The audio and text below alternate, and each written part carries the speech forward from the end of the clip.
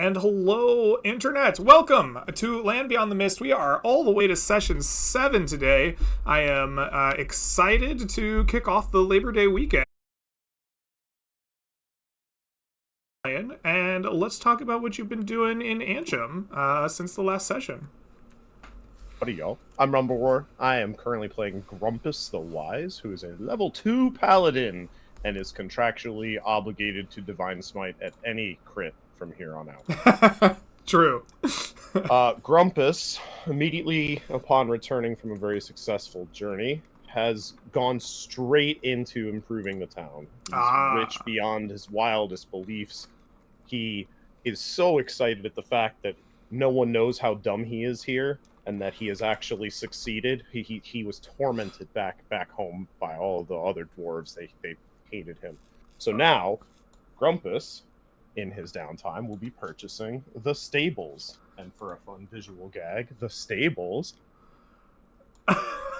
Grumpus the Wise equals paradise. With dogs and stuff, because that's what the stables are for. All right. Grumpus will be purchasing the stables. Very exciting. We love it when people spend the time to improve the city. So you have come back rich beyond your wildest dreams, reveling in the fact that you are not being made fun of by other dwarves. We appreciate that as well. Out here in the frontier, though, you can find your friends amongst the animals. You find a like-minded person and begin setting up the prices, spending gold to buy the important costs. This will cost you 100 gold pieces to create the stables level 1, and you're bringing in 3 animals, it looks like.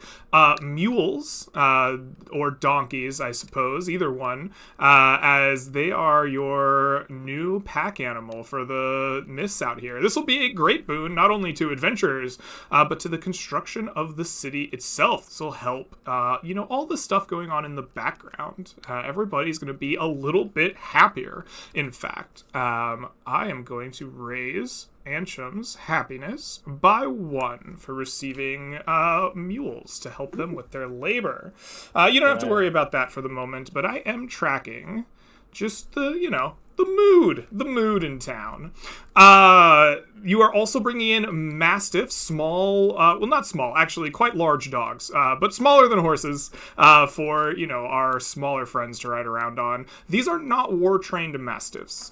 These are essentially riding animals, but they are there, and riding horses, along with various bags and carts and wagons. You hire a carpenter. You will also spend 2 wood worth of materials making these things, setting up the building, and eventually you name it as hold on. Grumpus the Wise. Grumpus the Wise.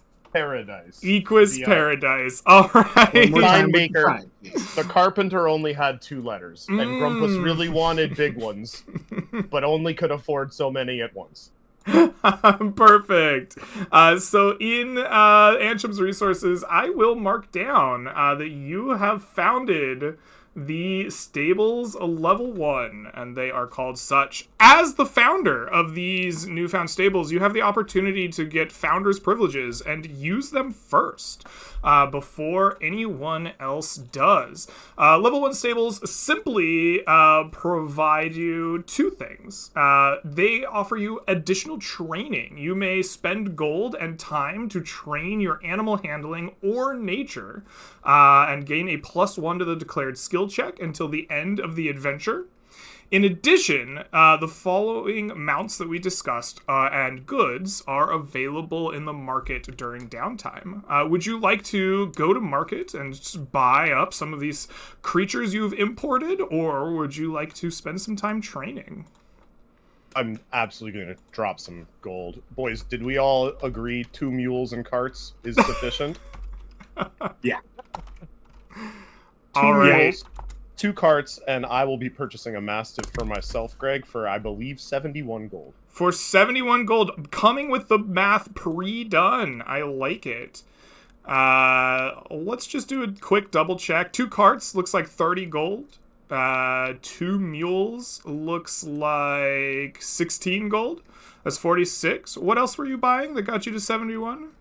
25 gold for a mastiff. Oh, and a mastiff. All right, 25 gold. Yep, that'll do it. Very good. You spend some time. Do you name your new mastiff pet? I wasn't Or prepared either of for the that. I mules? named the stables. Shit. Bam, everybody, bam. I'll have something at the end of the name next the person. dog. If you Don't name the dog, we're gonna get it's attached not to it. coming back. It's Beethoven. It's Beethoven. It's a Okay. Beethoven. Thank you, Charlie. All right. Yep, I'm sorry. It was good. That's right. Very good. Well, you walk away with 2 mules, 2 carts, a new doggy companion that may or may not be named Beethoven. And you will find your way to the city gates, where Lord Commander Hightower will give you your rations in preparation for the coming adventure, the expedition. But before you head off, we must meet your other friends and companions. Let's head over to Scarlet Shadow, who has just gotten done with his own Mist-centered stream. That was pretty cool to see. Go ahead Thank and... you. Lots of fun. Yeah, go ahead and give yourself a brief introduction for those that may not know you, and tell us what your character's been up to since you last adventured. Well, my name is Scarlet Shadow. I stream tabletop content like I did tonight. I stream a lot of Dragon Warrior randomizer and speedruns. Currently in the summer tournament, I'm at the round of 8. Winning on my next opponents. I'm doing really well, having a blast, kicking some butt, having a great time. The last time I was in the Mist, my character died. Oh no! He got crushed. Unfortunately, after an epic battle against the area boss Manticore, where I rode him into the side of a mountain, and then we killed him, then a rust monster killed us because we were stupid and we didn't rest. So today, I'll be bringing back my favorite character class, along with my favorite race. I'm bringing another gnome to the Mist, Greg. Oh, we love Today, your I want gnomes. you to welcome my 3-foot, 65-pound, crimson red-haired with red fiery eyes and a red fiery robe. You please welcome in Barbecue McAwesome Sauce. I don't know how I forgot that was your character's name, but I did up until just this moment.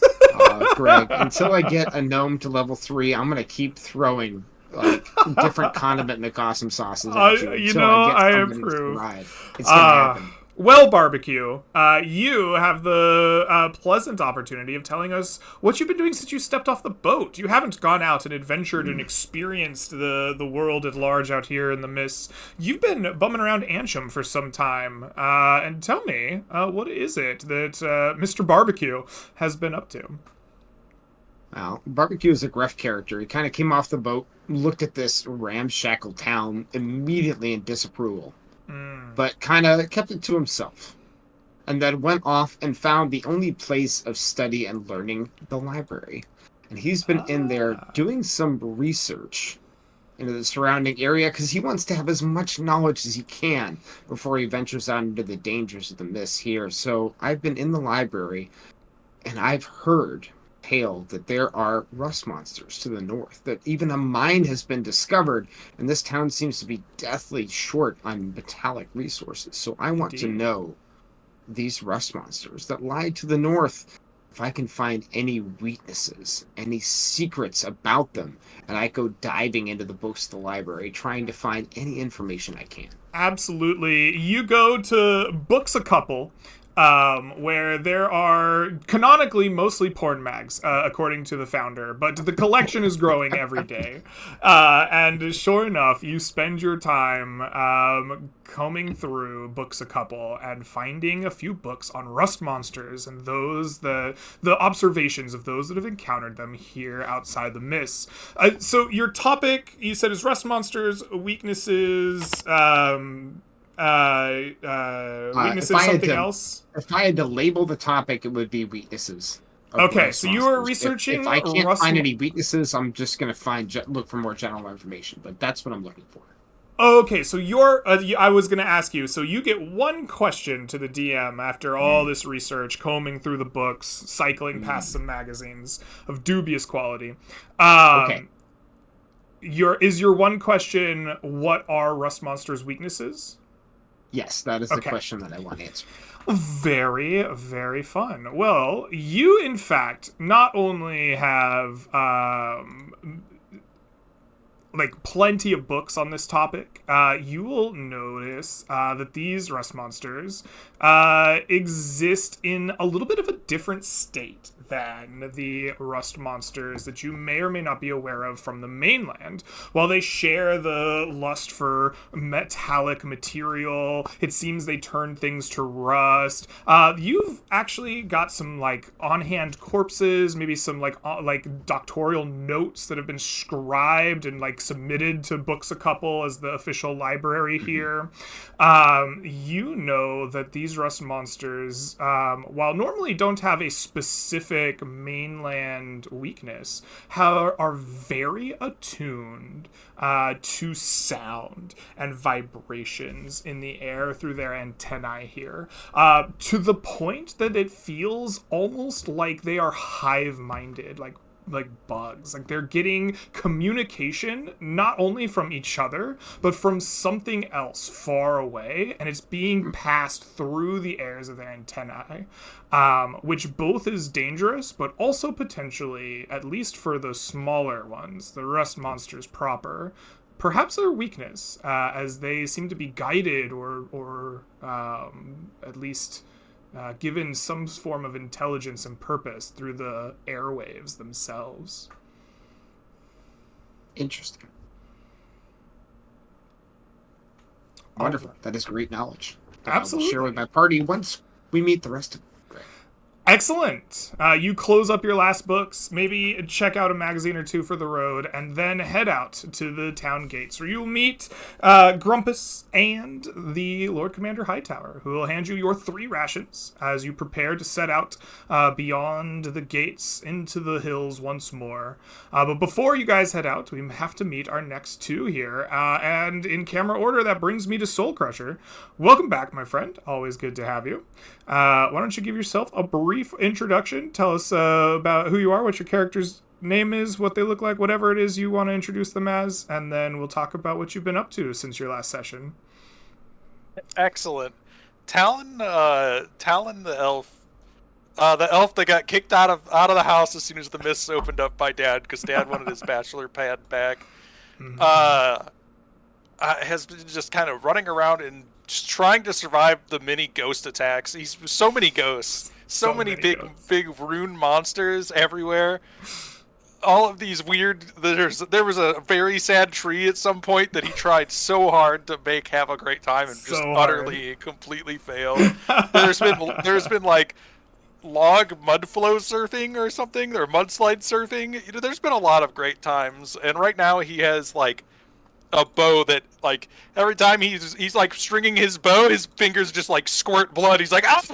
Every single time he touches it, he's like, oh god, why? And he's like, why is this bow so good? And then he has to make a quick run to the marketplace today. All right. So in between bandaging your fingers and reminiscing about ghosts, you run to the market, which is, as I should point out, not a big bazaar or a shopping center or even like a street full of shops. This is going to the market in Anchum is more about finding individual craftsmen, people who specialize in making things, ordering them, getting them built for you over the month or week or whatever it is between your adventures. And as you visit around, the prices and available items should be updated since last session and visible in the Roll20 here.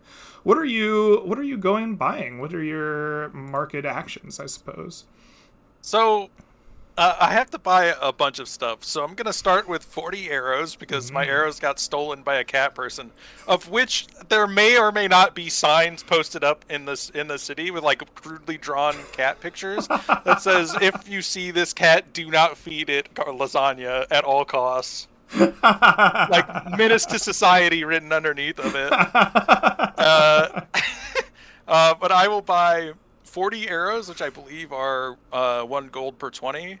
That is correct, yes. And then I am going to buy 3 suits of leather armor because sometimes your armor just explodes when things happen in the mist. It's inexplicable. I'm also going to buy a sling and probably like 40 sling bullets. And I'm just gonna mark that down as like another gold. I know it's like silver and copper, but we'll just mark it down as. I appreciate it, and so does the craftsman that makes it for you. They are very happy to take your gold piece. Perhaps your generosity is what prevents like strange rumors to go around town about you and your 3 suits of leather armor. Maybe you go to different shops to get them tailored. But it's really awkward. He's just like, the last time I had leather armor, I stepped out and we walked past a cloud of mushrooms and it just exploded spontaneously. It was the weirdest thing that's ever happened to me. But once you are clad in leather 3 times over, you have a successful shopping trip. All of these things get made for you. You're actually quite generous with your money, and that makes them high quality. In fact, I am going to give you a single +2 to any roll of your choice as like a kind of pseudo inspiration for your like general good-naturedness and willing to spend money above and beyond people's expectations. You eventually yes. I had a question for you. For spell focuses, do we have to buy our own individual spell focuses, or could I buy a spell focus for everyone in the group? Okay, so they're kind of tailored per person. I don't want to encourage people buying like group shopping for everyone in the party. In general, I like the concept of you're spending time yourself to go to market and buy things. Mechanically, I think it's more fair to make people buy their own things rather than getting bankrolled by a crazy adventurer that has all the money, right? I'm not going to police that. Okay. If you do it, you can get away with it, and I'm not gonna make a deal about it. But I'm not gonna encourage it, right? So if you ask me, I'm gonna say, nah, I don't think so. But if you just do it, I don't know. You might get a copper fine. Okay, all right. Look, we're gonna turn the blind eye because I already did too much math. Okay. So everybody gets a spell focus. I'm sorry, I won't do it again. I promise. All right. Well, there's you know what? We're gonna take away your +2. We're gonna take away your +2 on the roll. You could just give me a -2 for something later. No, I'll take it. It's all good. It's all good. We'll just That's going to be the equivalent of your copper fine. Somehow, someway, you've absconded with personalized focuses from Hocus Pocus. Perhaps they blame this notorious cat thief that likes lasagna that's been posted around town. Who knows how you got away with it? But you did manage to acquire those as well before hopping your way over to the gatehouse, where Lord Commander Hightower will give you 3 rations as well in preparation for your expedition. But before you leave, we must meet our final member of the party, the one and only Vezel. Welcome back to the Miss. Always a pleasure to have you. Why don't you give yourself a brief introduction, tell us who your character is and what they've been up to, and we'll go from there. Hello, everybody. I am Vezel43, playing as Clarence, the half-elf Wizzy Boy. And now that Clarence got this weird little spell foci, he's going to head to the tower because he's level 2. He's going to infuse this thing because he's had a problem. He was trying to make his arcane book his focus, but it didn't work. So he's going to pull the magic from the land in the enchanter's study and then use the spell focus as a tether to make it so that for some reason it just coalesces and works well in this land. And what you see, this weird lightning cloud kind of spawn above the enchanter's study. And it's a really small cloud. It's not a big cloud. It's like a big old storm's happening. It's like a personalized cloud. Yeah, a little personalized cloud that comes up. in the Mario Kart games, you're driving like, oh no, it's going to strike me. Yeah, everybody gets scared for a second, but it just strikes the book, and the book just starts glowing and lifting out of his hands a little bit, and it falls back down, and then he's like, oh, yes, that's very good. Excellent. And so now his book works, and he's happy about that. But going beyond that, Clarence will leave this enchanter's study and go to market. Well, not go to market. He's going to purchase the apothecary level 1. Oh, all right. You are not going to the market. You're in fact improving the town. Mm-hmm. After your Mario Kart ritual, you will. There are mushrooms involved. Yes. Somewhere out there, there's just a blue shell bouncing around. Yeah, We don't know who it's gonna hit, but it's coming. it's coming for you, boy. And you are going to spend some time building something in town. Did you say the apothecary? Yeah, I believe we have one wood, one Tellus leaf at least, right? Oh, we definitely have one Tellus leaf. Yes. I just have to find my apothecary. There we go. All right. The apothecary level 1. It will indeed cost you the one Tellus leaf, as you said, and 1 wood from the stores of Ansham. As you and perhaps some strange, healer type go about making a strange shop. The apothecary itself has strange herbs that it needs imported, and maybe you even go out to the forest and find some local mushrooms and things. You spend your downtime just working with this apothecary, getting everything you need to build it up in town. The imports of the herbs and medicines that they are going to work with are also going to cost you that 100 gold. But other than that, it does get built. The apothecary level 1 will be added to the town. As I add it, do you have a name that you would like to give this new addition to Ansham? Now that you have founded it, I didn't have one before. What are we going to call it? Clarence. Big hills, great deals. And that's going to be the apothecary. Is your name is Clarence part of the name? Yeah, it's going to be a big part of it. Yeah. Okay. He's making his name out here in the mist. God dang it. Books, buildings. Clarence is going to be in your face everywhere. All right, apothecary level 1 is created. We have Clarence with an exclamation mark. It sounds like there's definitely feels like punctuation. Yeah, there's definitely punctuation there. Clarence stands out. It's like the shiny Clarence with the great lights and everything, and it's blinking on and off. And then the big hills and deals are like, a little bit lowercase, not as shiny, not bright. I'm imagining like the more you know. Yeah. Clarence. All right, Clarence, big hills, big deals, founded by Clarence. All right. Well, this is created over the course of weeks or months, however long it takes. You're importing all of these goodies, and they will be added to the market and to the downtime activities for everybody next week. But as the founder, you have founder's privileges. You may dip in a little bit early. The Apothecary level 1 will grant a couple of things. It will grant an additional training downtime action for medicine. If you would like to spend some gold and some time, you may gain a +1 to medicine skill checks until the end of the current adventure. Or you also have the ability to go to the market, as now there's an extra item. Healer's kits are now available in the Ansham market for purchase during downtime. Yeah, I think I'm going to just go with the healer's kit for now. Okay. And can I also buy like 1 or 2 daggers? I'll buy a few daggers. I'll buy 3 daggers. No.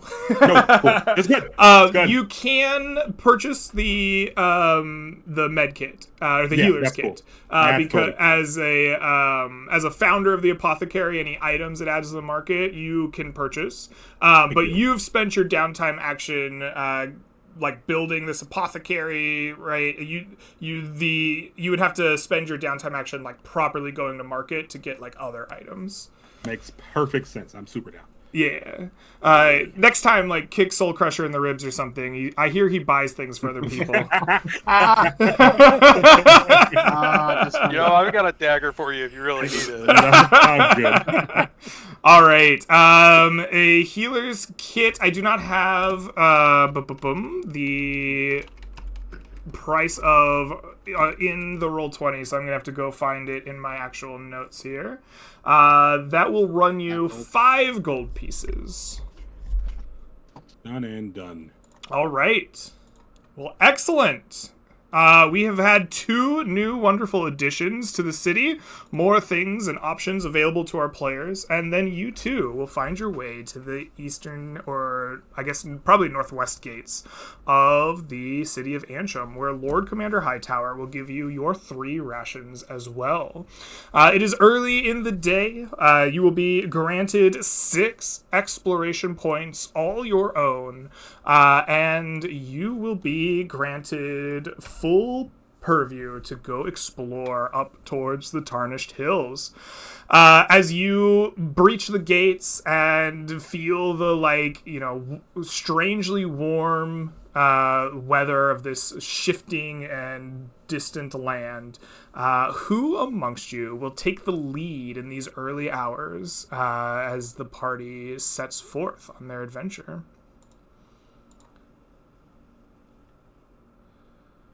I think Soul had offered. Yeah, we had Talon. chatted before. Yeah, I'll start. I'm Start us sorry. out. I, I was giving you a moment to claim it. How does- my can brain take it kind of went now. like whoop, out the side. I see. I would like to start by moving into this tile, northwest into the forest, and I'm gonna do so Okay. carefully because I am a ranger and the forest is my favored terrain, Beautiful. so it doesn't take an extra action point. Indeed, it does not. You know the ways around the forest, moving carefully, making sure the party doesn't fall into any of the known kind of disasters or traps around town. We will spend our travel points here. It will only cost you a single one. To go through the forest, bringing you down to 5 for the time. As you move carefully and studiously through the forest, I want you, Talon, to roll me a D100 at -10 for your careful movements to see if you run into any strange encounters along the way. Excellent. All right, that is a 41, which will likely lead us to something here in the encounter area. I was prepared for the Tarnished Hills. Let me open up the Mistwood encounter table here. Yeah, I thought this would be the best start, is to like No, make this a is quick very dash good. off into the woods and then run north. All right. You are traipsing through the woods as cautiously as you can, and you do indeed run into some blights. The trees themselves will move and twist and attempt to come to life and attack the party. But before they do, I need to know who spots who first. If you would make for me a surprise roll here. If we can pull up the combat surprise, I'll show this to the stream hopefully so that we get more accustomed to it. You are moving cautiously, so I want your D10 to be essentially at advantage. Take the best result. I think it's a stalemate. That is a 1 or a 5. Well, that is a stalemate indeed. Otherwise, you would be selecting a monstrous surprise round. So you and the party are moving through this forest as carefully as you can. When the very trees and shrubs around you begin to move and twist at the exact same time, you notice them. They come for you. They are, in fact, very, sharp and thorny on one side, and they have a partner that swings around with long, twisting vines. And I would like all of you to roll me initiative as we see the encounter come. Feel free to put yourself in a marching order as you see fit, but no closer than what you are to the creatures. I'm the paladin boy. You are a paladin boy. Look at you go.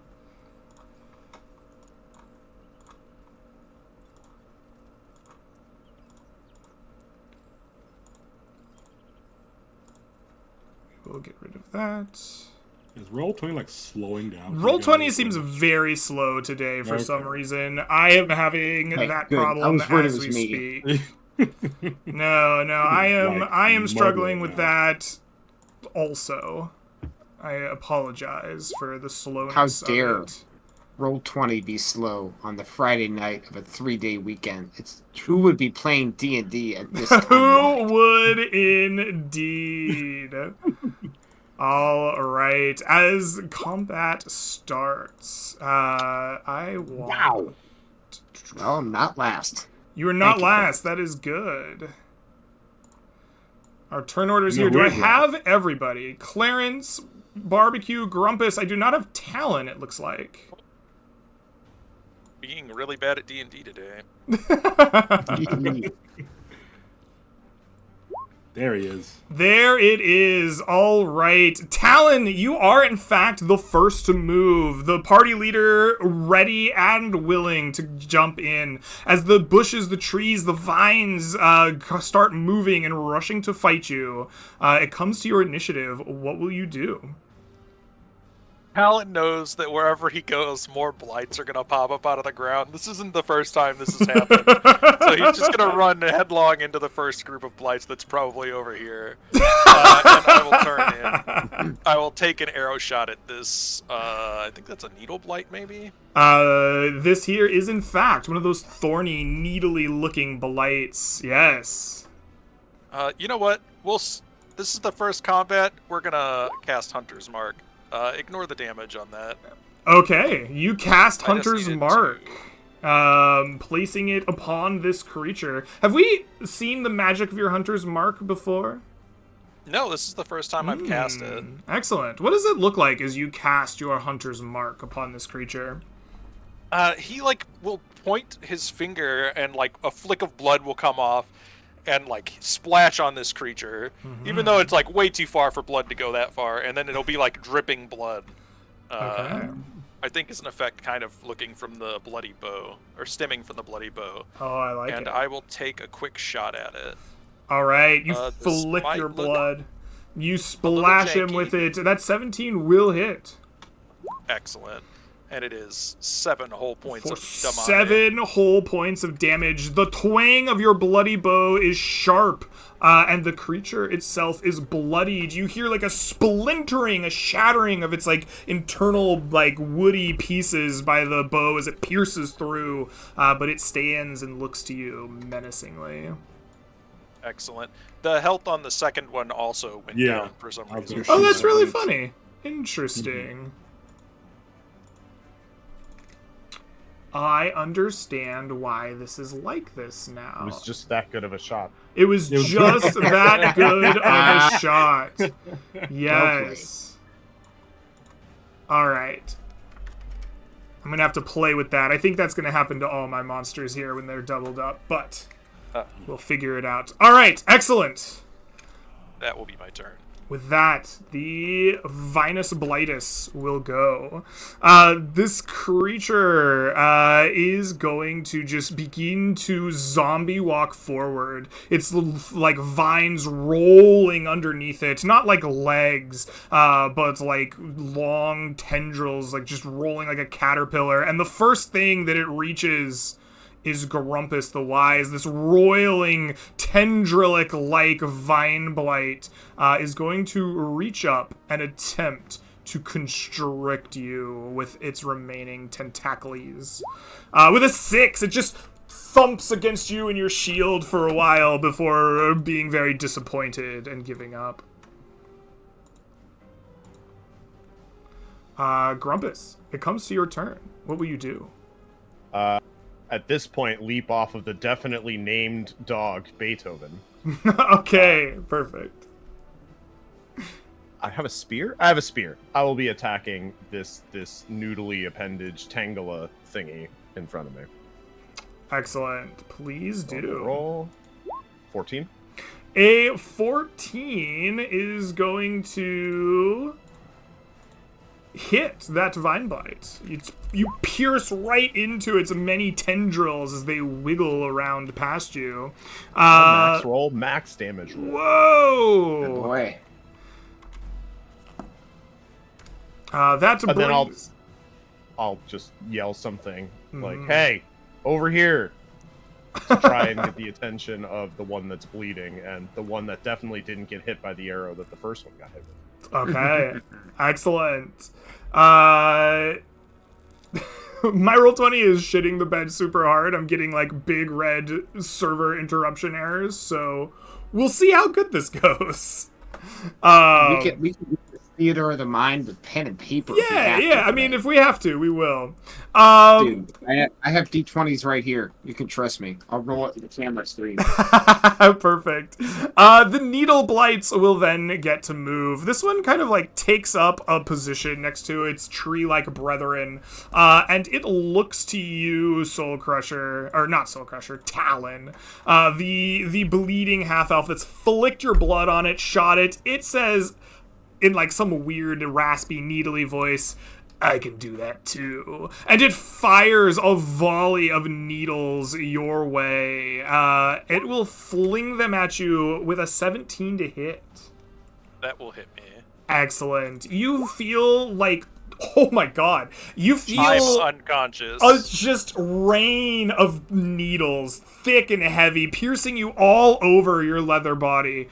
And you take 12 points of damage down to unconsciousness. All right.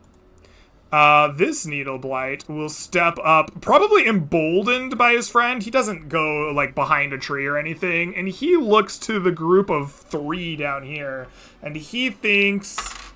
Yeah, he thinks this dwarf that's, like, shouting at him in some weird language, that guy's a jerk. He's gotta go. So he will indeed rise up and fire a volley of needles at you as well, Grumpus. Beethoven, look out. And it will critically strike you, Grumpus. Oh, no. Please I don't take like that. for me Okay. 14 points of piercing damage as you shield Beethoven, but give up your back to the Needle Blight. Okay. All Okay. right. Oh, he's still up. Let's He's go. still up! Barbecue McAwesome Sauce. This turn of events has now led to you taking control. What do you do? Barbecue is instantly looking pissed at these people who were supposed to protect him are now dropping like flies. And you see the red in his eyes burn as he moves 5 feet this way, 5 feet this way, and he will turn himself just like so as he reaches both hands out and fire spreads from them towards these Needle Blights as I cast Burning Hands. Ooh. That looks... It'll be About a 15-foot right cone. mechanically. I think I'm in the right spot for a 15-foot cone there. I think it's close, and I'm not gonna bring out the, like, measurement. I would. Can I? If there's any way for me to move closer, like I'll stand. Oh, yeah, okay. look at that! We've got the Yeah, tool I was is about to out. Yeah, no, that's perfect. Nice. You hit both of them for sure. Here we They go. will make Burning dex- Hands coming in. Level 1. Excellent. There's 12 points of fire damage coming to them with a DC 14 dex save. Ooh, all right, this Vine Blight will be the first one to try to jump out of the way, which it fails to do, taking 12 points of fire damage, which it is unfortunately not vulnerable to. But you take it far past bloodied, all the way to death's door as like vines burn and singe. There's this like smell of hickory on the air as this creature boils. The Needle Blight to the north of it will also make a dex save against this. Hey, Greg. He's targeting both the needle blights. I am right here. Oh, never mind. That All right. Vine Blight My hit his health brain back. just like escaped. I'm getting my the little universe. guys. Yeah. Action economy is in fair. bad shape with soul already down. Man, roll 20's being real funny tonight. Yeah. Yeah. Yeah, roll 20. This guy dies outright because that roll on the dice is a 1. It doesn't matter what his dexterity is. Your burning hands just destroy this creature, and I don't think this one has enough. It cannot save. Even if it does save, it will also burn to death. Both of these creatures just erupt in a tower of flames. Hickory still fills the air around you as, I don't know, we see like a pyromaniac backlit in the forest. And I will use the last 15 feet of my movement to move next to my companion here in case I need to help him in a minute. Very Let good. my compatriots deal with this last one. Very good. Clarence, this comes back to you now with the now unburnt Vine Blight, who is actually not bloodied, staring down Grumpus and yourself. Well, it's not looking great. So I'm going to bring out the old reliable. He's going to turn to a page in his book called Pew Pew. I love good Pew book. Pew. Yes.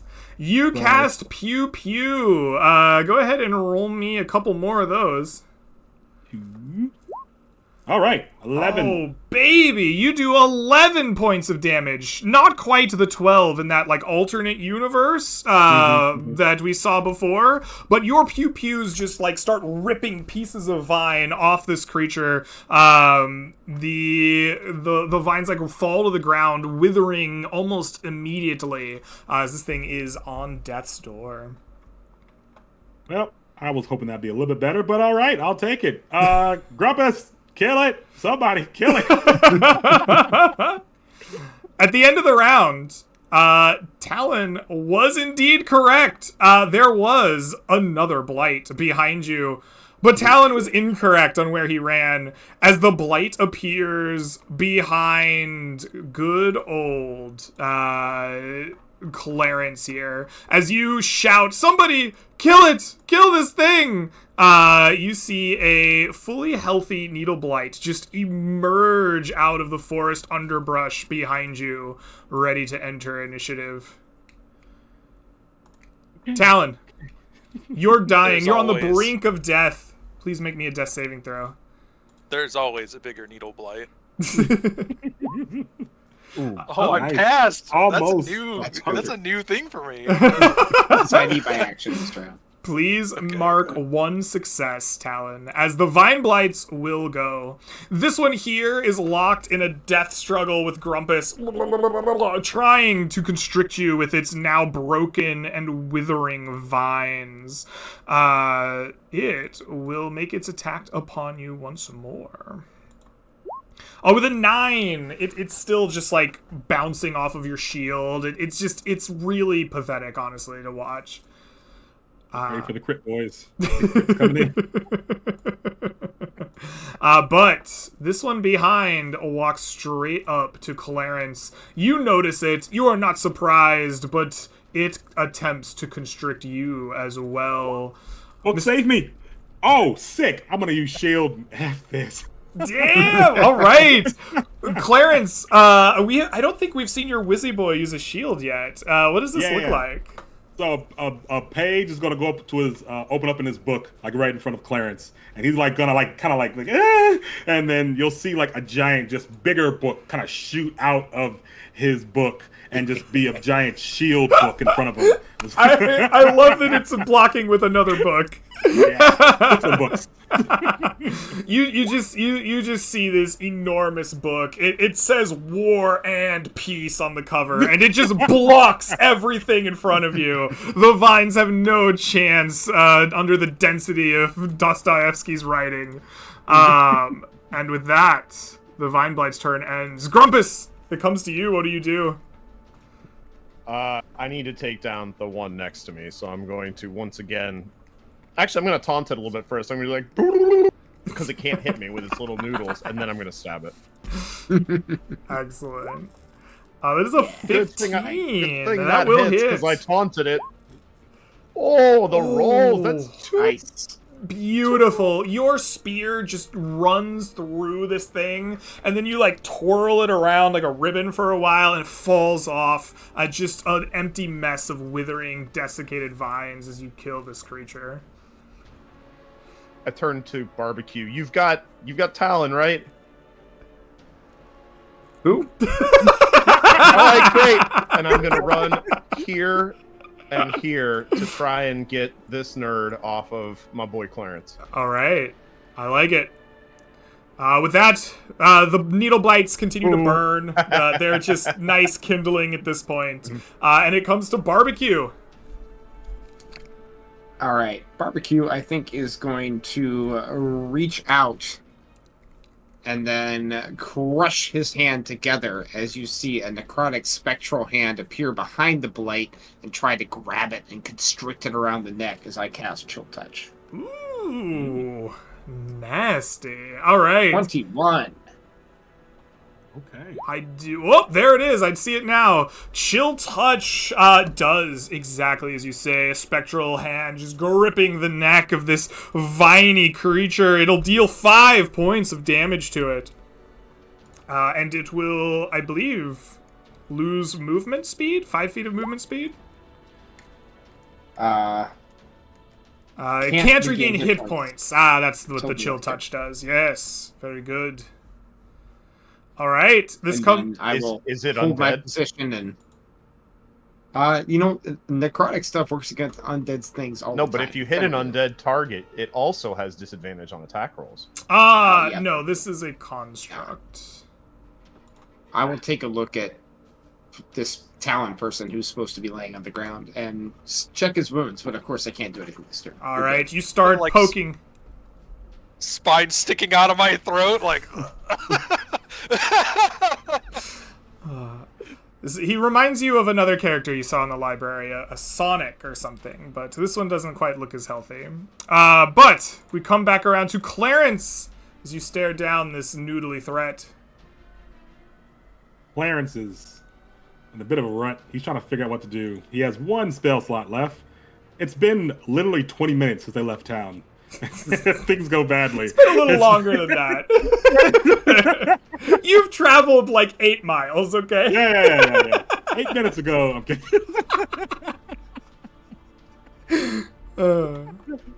So he wants to use. I got it. I can't do that. He's gonna save his spell slot for now because the blight's looking kind of healthy. He's gonna take out his dagger, give it the old stabby McStabbinson. 11. Does that hit? An 11 would not hit, no. My roll 20 is slow though. Okay. Yeah, no, Alright. you stab with your dagger, and you just notice that these vines are all kind of like independently wriggling and like kind of hard to like bite into, even with your dagger. It just kind of doesn't really do much as you sink it into this viney mass. Clarence is gonna look at his dagger and look at his book. It's like, what's the point? Why do you exist? All right. As you ponder your existence, another... No, I'm kidding. Talon! Please make me a death saving throw. That is Yeah, a buddy. second Well done. success. Excellent. Please Nice. mark 2 successes. With that, the Vine Blight will go. Grumpus, you said you were trying to get this thing off of your Wizzy boyfriend. How do you do that? I took down one of you, I'll take down another. Highs or lows, Grumpus? Highs. You are exactly the type of annoying dwarf that these vines hate. And it turns to you and is like, no way you won't. I'm bigger. And it tries to constrict you. With a 17, that'll hit. it will hit. Sadly, the wizard is tankier than the. Oh, that'll hit. You will feel these vines like constrict around you, and then just start like bludgeoning you as they get tighter and tighter and tighter. Please take from me 12 points of bludgeoning damage. Grumpus loses consciousness. Oh no! And you just sink into unconsciousness in the like tight embrace of these vines. Excellent. Grumpus, it comes to you. You hover on the brink of life and death. Please make me a death saving throw. That is one success. Almost. Please mark. So close from awesome. Very Oh close. no. The needle blights continue to burn. Really nice ambiance in the background. Barbecue, it comes back to you. What will you do? You'll see a scowl on Barbecue's face. He's like, God damn it. Not again. And then he will swirl his hands around and pepper this thing with 3 magic missiles from a distance. Beautiful. That is That's 5, 13. 10, 13 damage. My goodness. You pepper this thing with missiles, each of them taking off hunks of vines. They go flying back. You see Grumpus's body like unfurl from this thing's embrace as you have clearly bloodied the vine blight. I'll yell over, finish it off. That's my turn. All right. With that, Clarence, it comes back to you. Alone with this viney mast, what will you do? Oh no. Oh no. You Hopefully it roll works. your magic missiles. Pew, pew, pew comes from the book, Yeah. each ripping into the vines. I shit you not. It has 8 health. Your 7 damage leaves it hanging by a thread. I knew it. Oh no. And Clarence is like, oh. Well, close the book. Let's hope this works out. I hope somebody studied medicine. All right, Talon, you hover on the door of life and death with 2 successes. Go ahead and roll me a death saving throw. That is a third success. You stabilize, no longer in danger of death. You are, however, marked by this experience. I would like for you to mark on your character sheet that you are marked by death until such time as you get a full night's rest, or like a camp's rest in the mist. You will gain exhaustion each subsequent time you go to 0 hit points and are brought back to fighting shape. With that, the Vine Blight will go next. The Vine Blight looks to Clarence, and it goes, "You're next, Wizzy Boy." And it will attempt to bludgeon you with its embrace. Oh! It really thinks it's tough because it just took down a dwarf, but, like, it has almost 90% of its vines gone. Like, it only has, like, one. It, like, reaches out for your book. You, like, bat it aside. Yeah. Get off me. Yeah. Oh, perfect. With that happening, Grumpus, it comes to you. You hover at the door of life and death, and you successfully make a save. Please mark. I believe that is 2 successes. 2 for 2. Excellent. The needle blights stop burning, actually. There's not very much tinder there. But Barbecue, it comes to you. What will you do? You will see this time, instead of crushing with his hand, reach back in this direction, and you'll see a quick little backhand go down as the Chill Touch hand tries to slap this blade across the face. Oh, it's a disrespectful attempt. Disrespectful attempt, and it fails. It does fail. The thing, like, it sees the backhand coming, and it just, like, does the mambo, and, like, gets underneath the slap attempt. I'm setting up my compatriot. He's ready to go. All right. I'm really not. I really would like to die. Well, ready or not, Clarence, here you come. As this thing mambos back up in front of you, what do you do? See, I would love to firebolt, but it's so close. All right, dagger, please. All right. Hey, Yeah. Clarence, you cast the most vicious spell you know. Dagger. Right in the, like, center mass of this creature, and it falls in a heap at your feet. Its vines just withering into emptiness around you. And the battle comes to an end. But before we leave combat order, initiative order, we need to resolve whether Grumpus survives his brush with death. So I'm gonna bring it to Talon, who Talon is. Sorry, I thought I was. I'm good. My pass is resaved. yep, you're good. It comes back around to Grumpus. Grumpus, you roll your save. We leave initiative order as you two mark 3 saves, and you two are stable. You two are also marked by the grave. In future times, this day, until you have a full rest, you will gain levels of exhaustion when you hit 0 and come back up. The first one's free, second one gets nasty. Essentially how to think of it.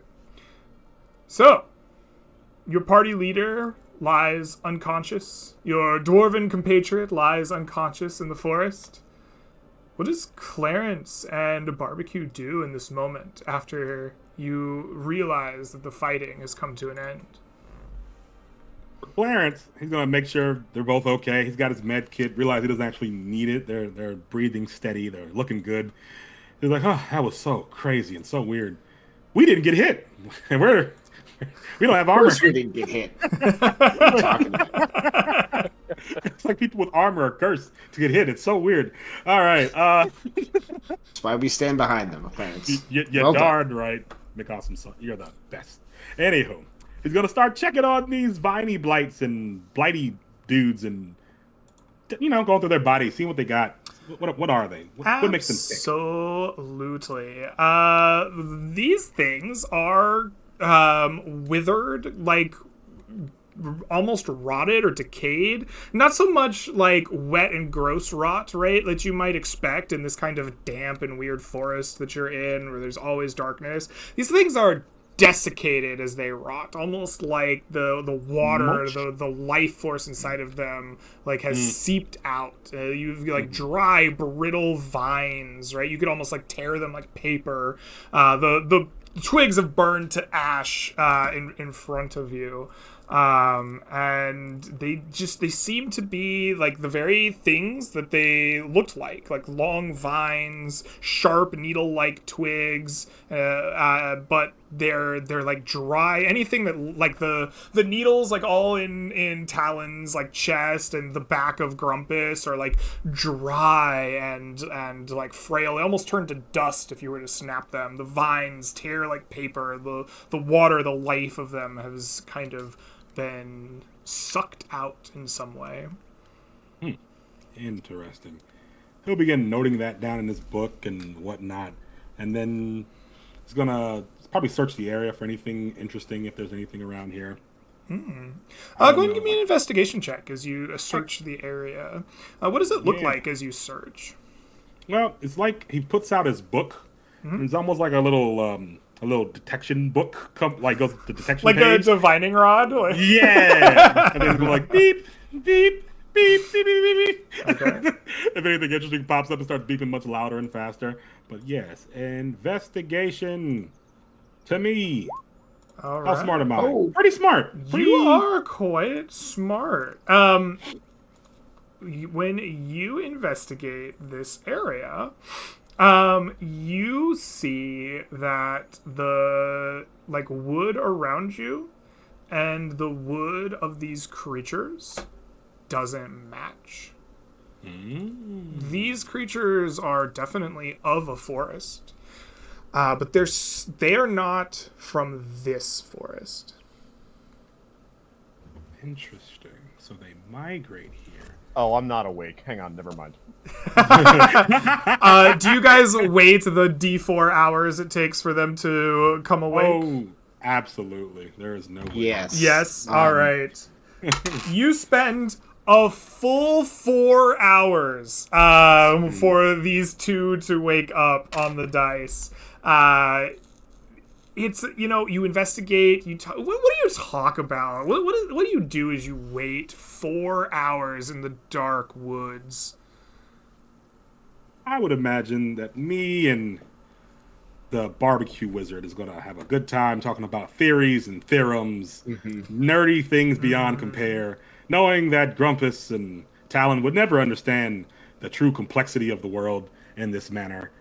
And hopefully, that's The inadequacy of martial players and people that stand in front of us, and Yeah, the yeah, yeah. necessity to have a firing line in front of us so that we don't get killed. Hmm. While we're doing this, I would also like to collect some of the ash from the burned needle blights and just hold on to it.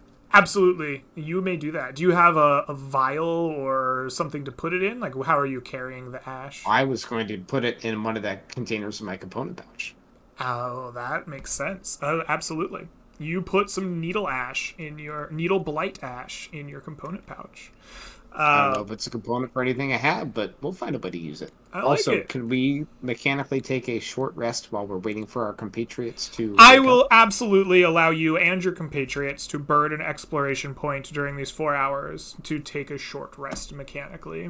You sleep off your wounds in some cases, in others you drink some water from your skins, you eat some rations, bind whatever wounds you can, and you will get the spells and class features of a short rest back to you after an hour spent resting here. We're resting for 4 hours, it makes sense.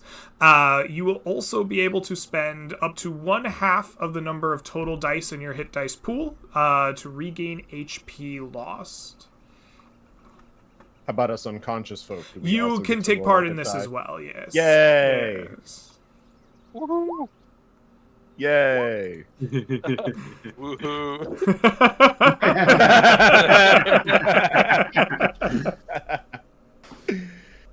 I'm almost at maximum effective hit HP. Sorry. From my understanding, I'm level 2, and for arcane recovery, do I gain 2 or 1? Just for You gain one One. for arcane That's right. recovery. Yeah, That's what I thought.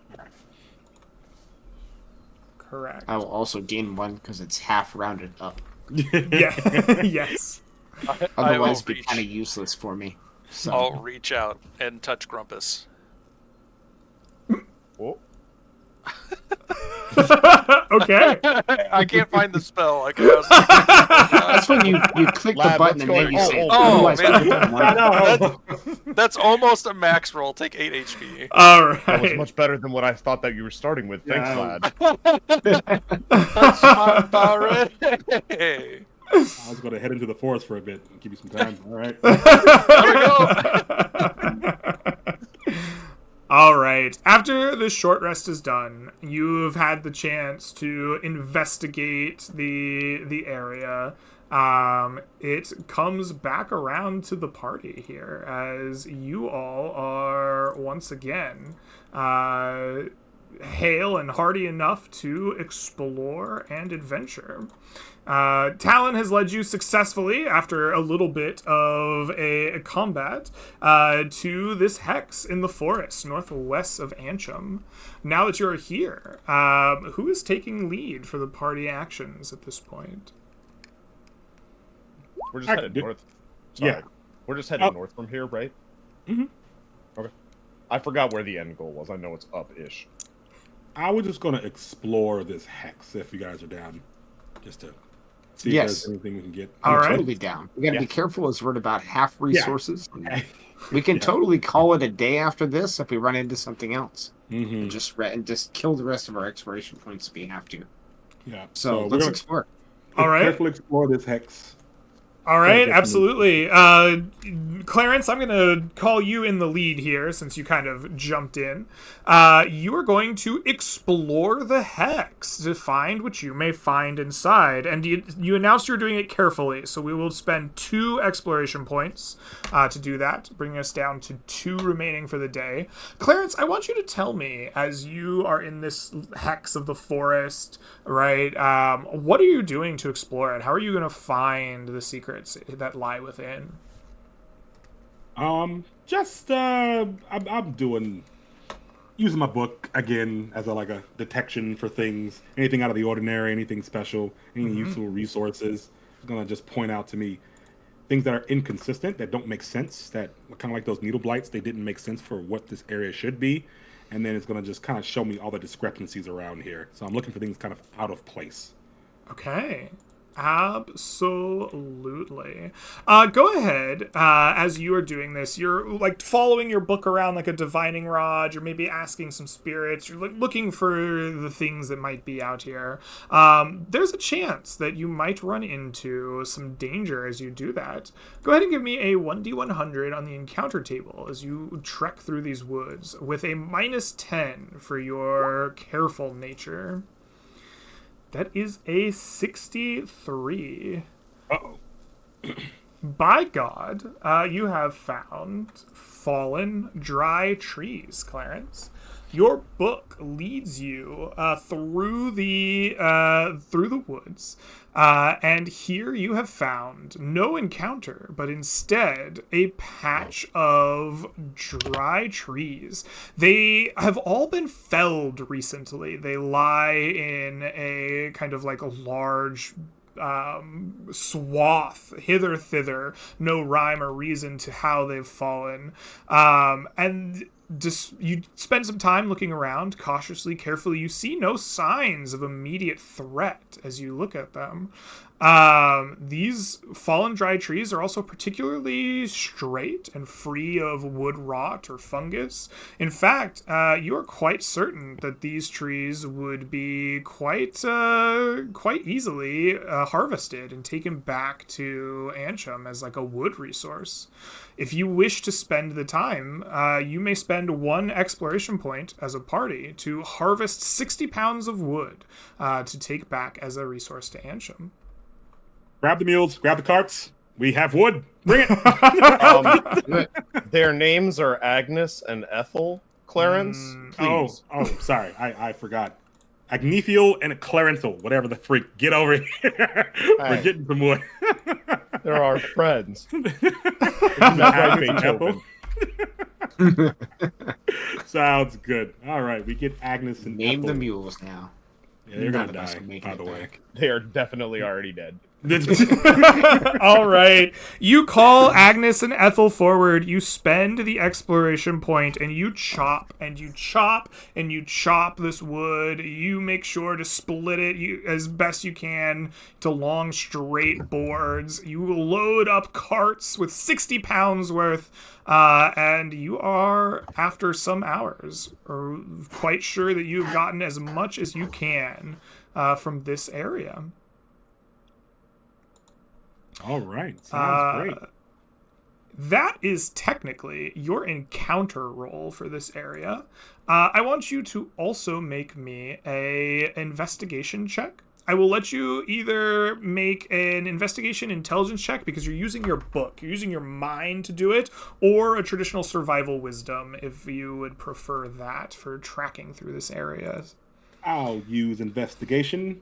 Book, don't fail me now. Once roll 10 Are we allowed to assist on these rolls, or are these Not single for this No, one. this is the discovery roll for the action by your like party leader.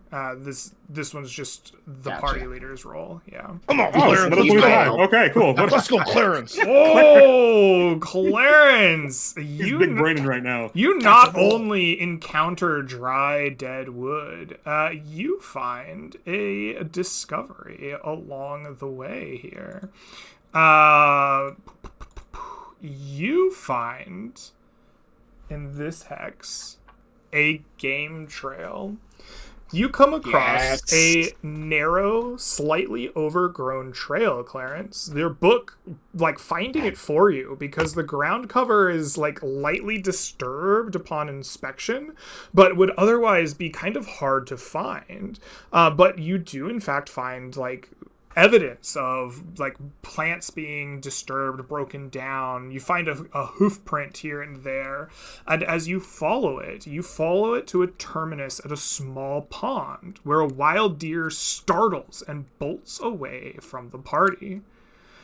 If secured from danger, this game trail would be an ideal spot to set up a hunting camp.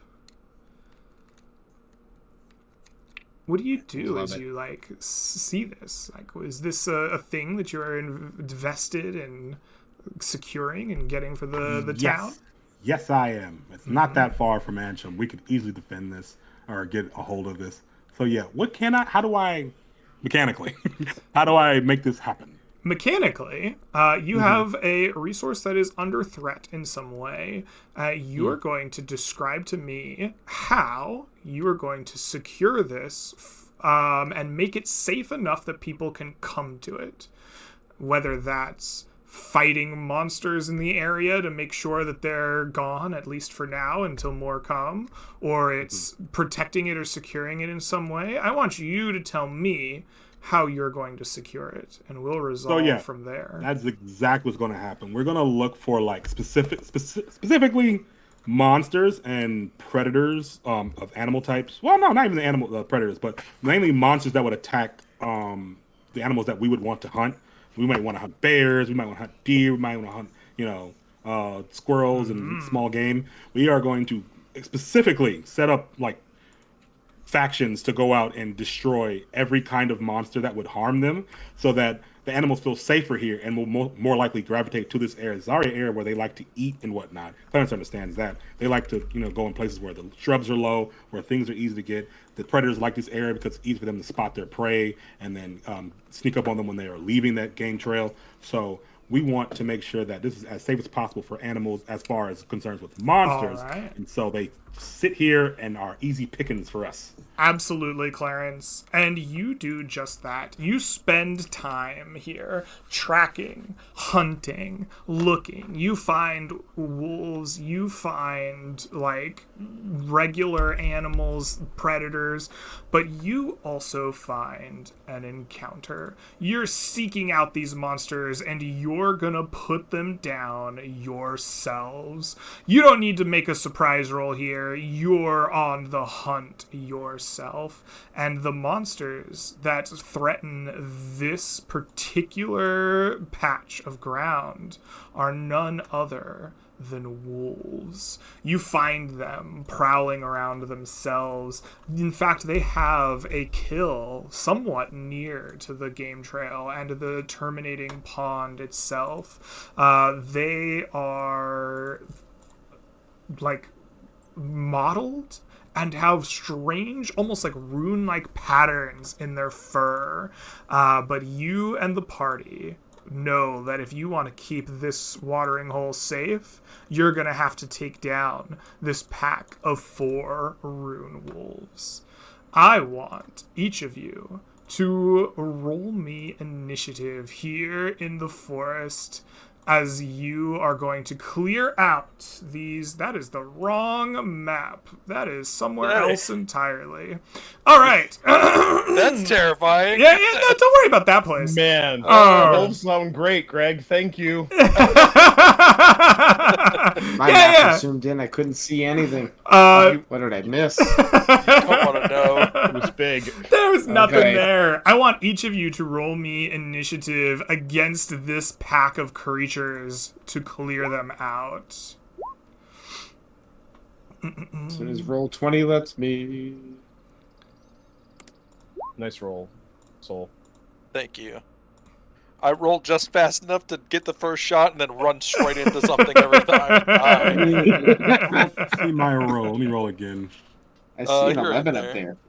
Oh, never mind. I see it. I see your 11. I think I see everybody in here. It's just hard to see next to the crit. I get it. Excellent. So as you creep up on this party, this pack of wolves, they start to growl and look up in your direction. But Talon, you are ready. You are like the first to move. What do you do? Talon, as always, runs into the nearest enemy that we didn't see.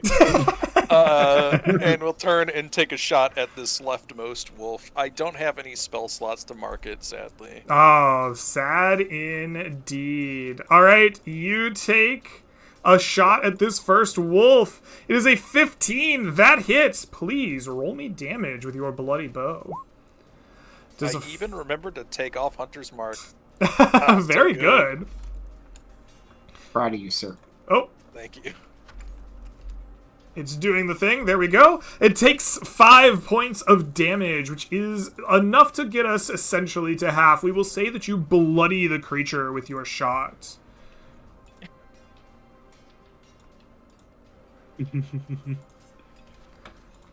All right. With that, I assume your turn is over. Yes, Charlie? Yeah, okay. Are we like All right. frozen? I don't know. I haven't. He said he heard was done. anything. I don't think Greg can hear mean- us. Just give him a second. Okay. Yeah. No. I think that's my Uh-oh. problem. If you can hear us, blink twice. I can blink twice. All right. I think we're good. I had like a weird blip there. Sorry. The No, you're the good. internet That's my is turn. trying to kill me. Is your turn over? I think it is. Yes. Yeah, you're good. All right. With that, the wolves will pounce. They are going to try to determine who they want to kill. These wolves are somewhat smart, and they know that they've just been attacked, and they are going to bound in 2x2s.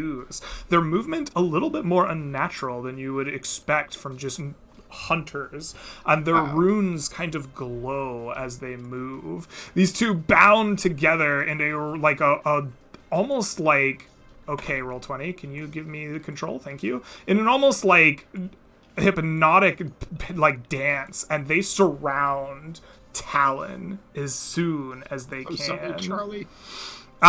They will attempt to bite at you. They also have pack tactics, granting them advantage, as the first injured wolf clamps its jaws towards something. We might see an attack. It's Oh a my God, 12! he missed. Hey! I didn't know that was possible.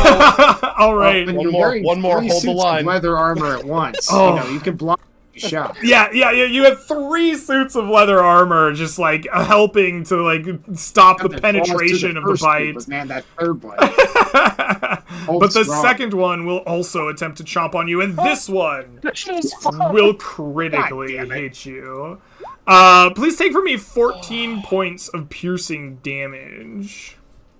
That would have knocked me out if I had full health. All right, I'm down. Okay. You return to Death's Door. These two wolves will do much the same thing, and they are going to go after... They are going to go after the dwarf, the smaller one. They dance forward, this one taking its last bit of movement, and together they strike as a 1. The first will bite at you, Mr. Dwarf, with a 15 to hit. That is enough to hit. All right, Grumpus, I need you to take for me 6 points of piercing damage. As an aside, this is the first time I've been bit by a rune wolf. Is there a save I have to do? Interestingly enough, these creatures seem to have a different rune marking, and you do not feel the burn of the unknown, and you are bit before everything goes black. Excellent. Grumpus, you take 6 points of damage there. The second wolf will also attempt to bite you with its pack tactics. This one with a 12, will it hit? Don't miss. Here's my strength save. You do not need to make the strength save. Just kidding. I'm not rolling. You're good. You face a slightly different type of rune wolf. Barbecue, it comes to you. You see these creatures acting like intelligently, like working in pairs to take down your teammates. What do you do? I'm going to immediately move to this position. And, of course, my compatriot is on the ground, but these wolves, how high do they stand off the ground to this 3-foot gnome? Well, I mean, your gnome's like prone on the ground. I doubt he's 3 feet tall. How large are these things? Let's roll some dice. These are big, actually. I would say they stand 2.5, 3 feet higher than your fallen companion. Wonderful. Then my burning hands will aim up high so that I do not burn poor Talon on the floor as I angle my spell Okay. and try to hit both of these wolves at once. I will allow it. That sounds fun That's to such me. crappy damage. Damn it. All right. The wolves will attempt their saves, which they actually will do at advantage. That is a 16 and a 18. You see both of these wolves with almost preternatural ability to know like what is happening. Like they almost dodge before your fingers even come together, but that you still manage to catch them for 3 points of fire damage, which Not good, boys. is enough to bring this wolf on the left down to death's door itself. But this one remains largely healthy. All right. I'm gonna stand my ground here. Mm-hmm. Because I don't think going back would be any benefit. Okay. I'll eat up an action by them going after me for a round. Clarence, it comes to you. What will you do? Okay. You're I think I need to. I'm gonna do a.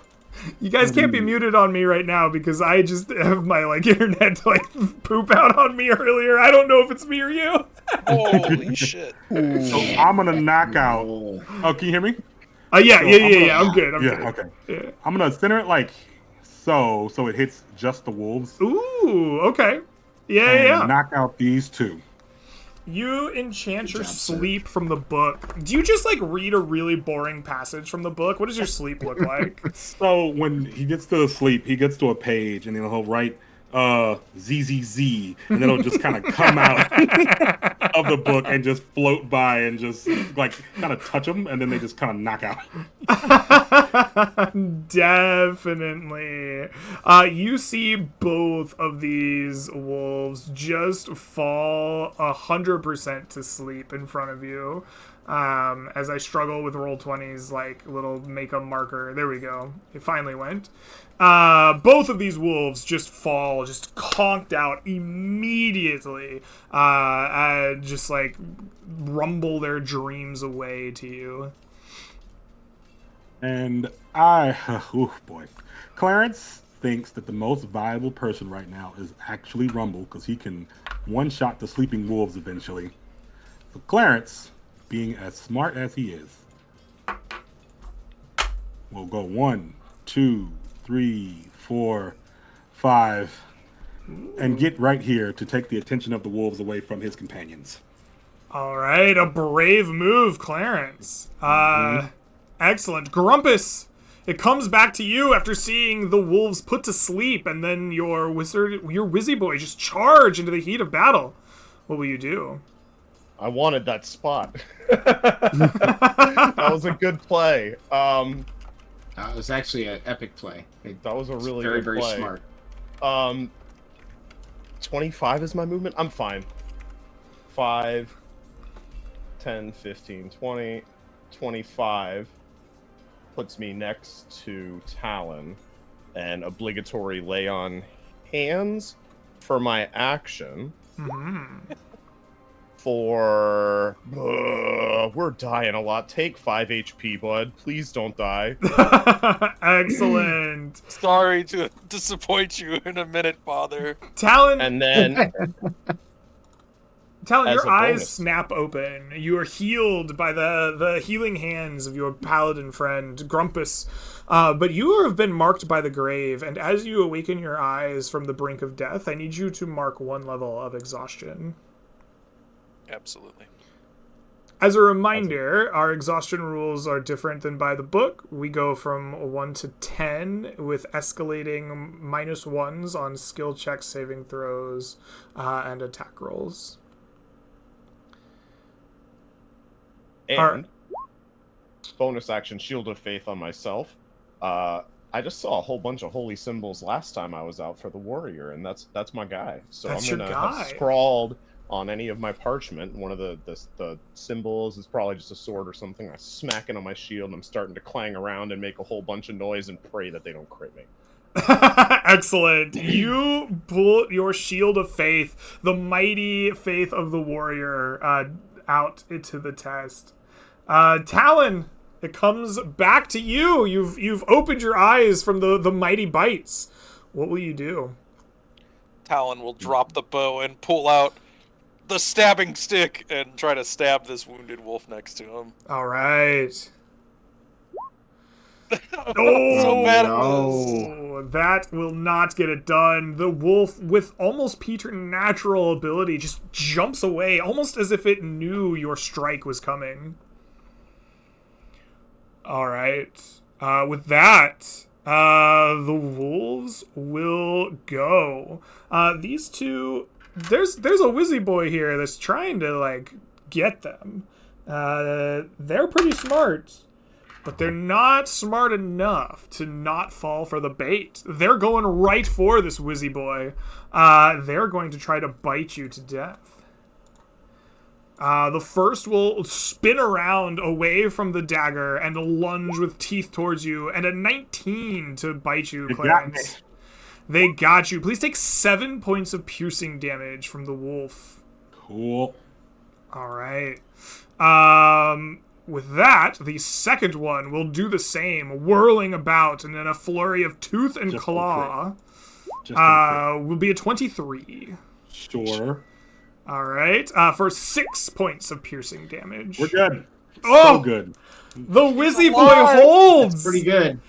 You just see these wolves just turn on a dime and just chomp and bite into Clarence. Clarence is bleeding, but he's like holding strong. He's like holding the line. It's inspiring. Clarence, I want you to take inspiration. Heck yeah. Barbecue, it comes to you. What do you do? Barbecue will turn to this injured wolf near him, and you will see him make a big motion, and a spectral image of a beaver pops up. And then this beaver just vomits all over the top of the wolf for no reason whatsoever as I cast poison spray on this wolf right next to me. Absolutely. Why did I use a beaver? I don't know. I was trying to think of something. Beaver sounded funny. There we go. DC 14 Constitution I've save. never seen poison spray be a spectral beaver vomit. That was unexpected. But it is not quite as successful as you think it should be. However, I've just realized this thing has 3 health. Does poison spray do half damage or no damage? It's save or suck. Oh, D12. it does save or suck. Your beaver vomit does not land. So the wolf ducks out of the way. Well, I'll have to write that down so I use it again. Barbecue will yell out, "We have to bring the injured one down!" And then that's my turn. Clarence, you're standing strong despite the many wounds. What will you do? I got no more spells. I'm not that great at anything else. I'm just gonna stab. Who cares? We'll see. I could take a dodge action, but I'm stabbing at it. All right. The 13 13 with your dagger just meets AC. All right. Weak wolf going down. He does indeed. Your battle wizard tanks two hits and then casts once again the most vicious spell he knows, Knife, and it cuts this wolf down. As soon as it dies, you see the wolf almost desiccate before your eyes, its hair like falling out, turning to dust. A withered like sack of bones lies there where the wolf once did. A strange like runic, almost like tattoo, stretched thin across its desiccated skin. Cool. I'm like, guys, I need you to do it. I'm getting real low. Grumpus, it comes to you. What will you do? Coming, buddy. I'm gonna stab the wolf between me and Clarence. All right.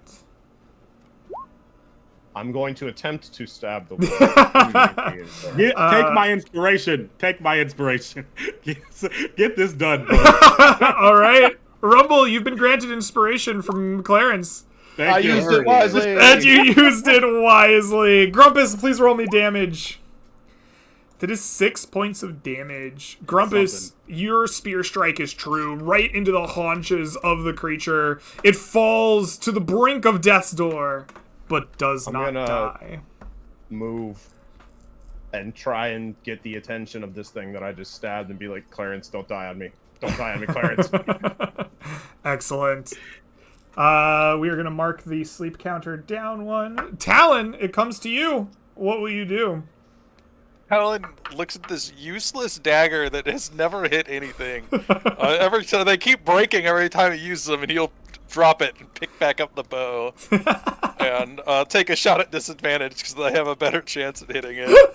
Okay. Please roll a disadvantage. Hey. That is a 19, I think, there. Very nice. That is enough. I don't believe it's possible for you to roll less than 2 damage.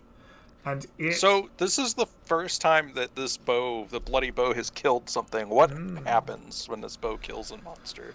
Okay, let's go find the bloody bow. Gain +1 to hit and damage, I believe.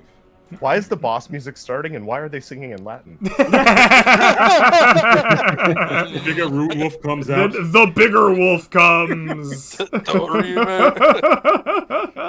We have to go attacked my find this thing, and then we have to go find where you got it from, and then we scroll down because there was like 11 things that could have been in the box. What's in the box, Greg? Man, I The really box hope it's not a contains boss. the bloody weapon. For each creature killed by the, in this case, bow, it gains a temporary +1/+1 up to a maximum of 3. It loses said charges at dawn. Excellent. So basically, until the next day, your bow has a +1/+1 to hit and damage. If it kills another creature, +2/+2, then +3/+3. But then it doesn't go higher. And like as soon as you rest a whole night, like the next day, it goes back to just a +0/+0 until it kills something. Excellent. All right. I'll move like slightly to the side, and that'll be my turn. Moving slightly to the side. We like it. Very good. That brings us to these wolves. They are sound asleep, just snoring away. Barbecue. Barbecue will move to this position here, and he will yell over, "Quickly, friends, aim for the top one first. We go!" on the bow shot. And he will turn to Clarence and say, "Clarence, you've done your work. Stand back." Fire from afar. And he will ready a dagger stab on this thing whenever, as the condition for whenever the bow shot comes in from Talon. Okay, you I'm ready ready on this like top monster. alpha strike upon the sleeping wolf. Clarence, do you join in on the alpha strike?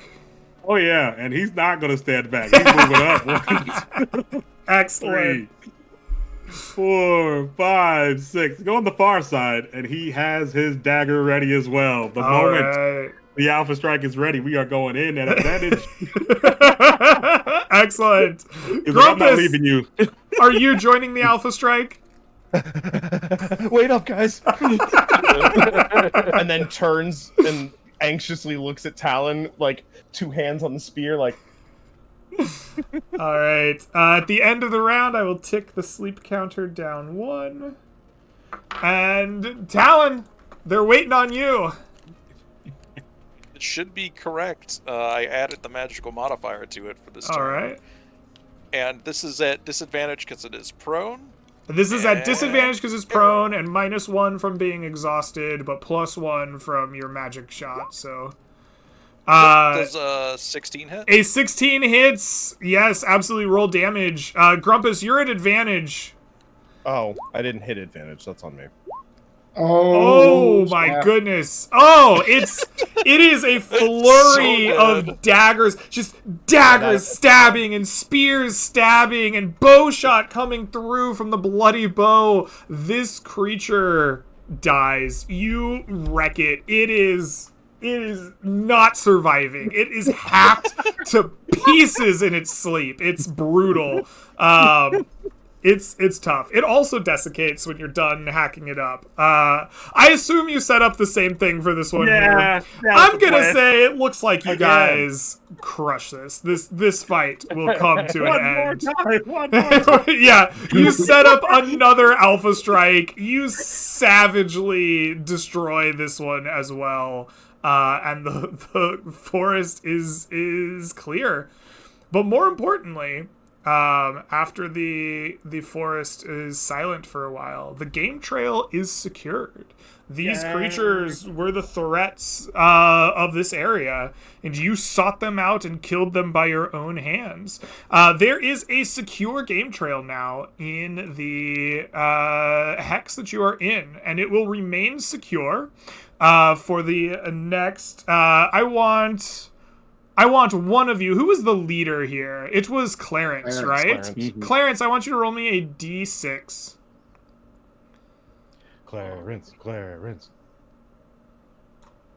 6? Oh, A 6. Yeah. For the next 6 sessions, this hex has a secure game trail. What? If it is Clarence is crazy. If it is not built in the first 6 or the next 6 sessions, it will once again come under threat. But you have cleared this place out. I will mark a little point of interest in the map to show that. Really dumb question. Yeah.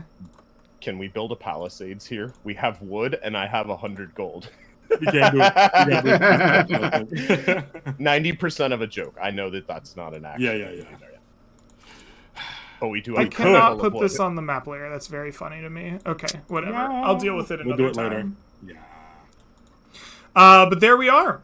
No, you cannot build an outpost until you return to town. But I appreciate the silliness. But no.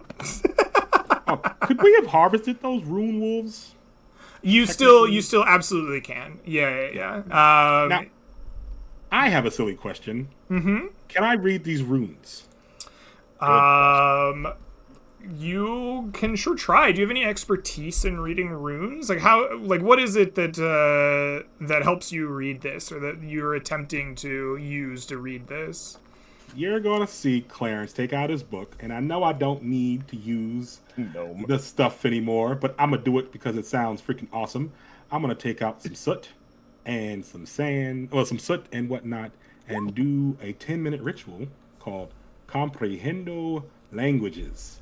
And I will begin to understand things that are written. I understand written language that you can see, but you must be touching this server, so I will touch the All right. You wolves' touch the carcasses. desiccated carcasses of these wolves. I may get cursed. You stretch out their skin so that you can see these faint tattoo markings, and you spend 10 minutes and 1 action casting your spell from your animated spell book, and I want you to make me an intelligence saving throw as your ritual completes. Your DC for that is going to be 13. All right.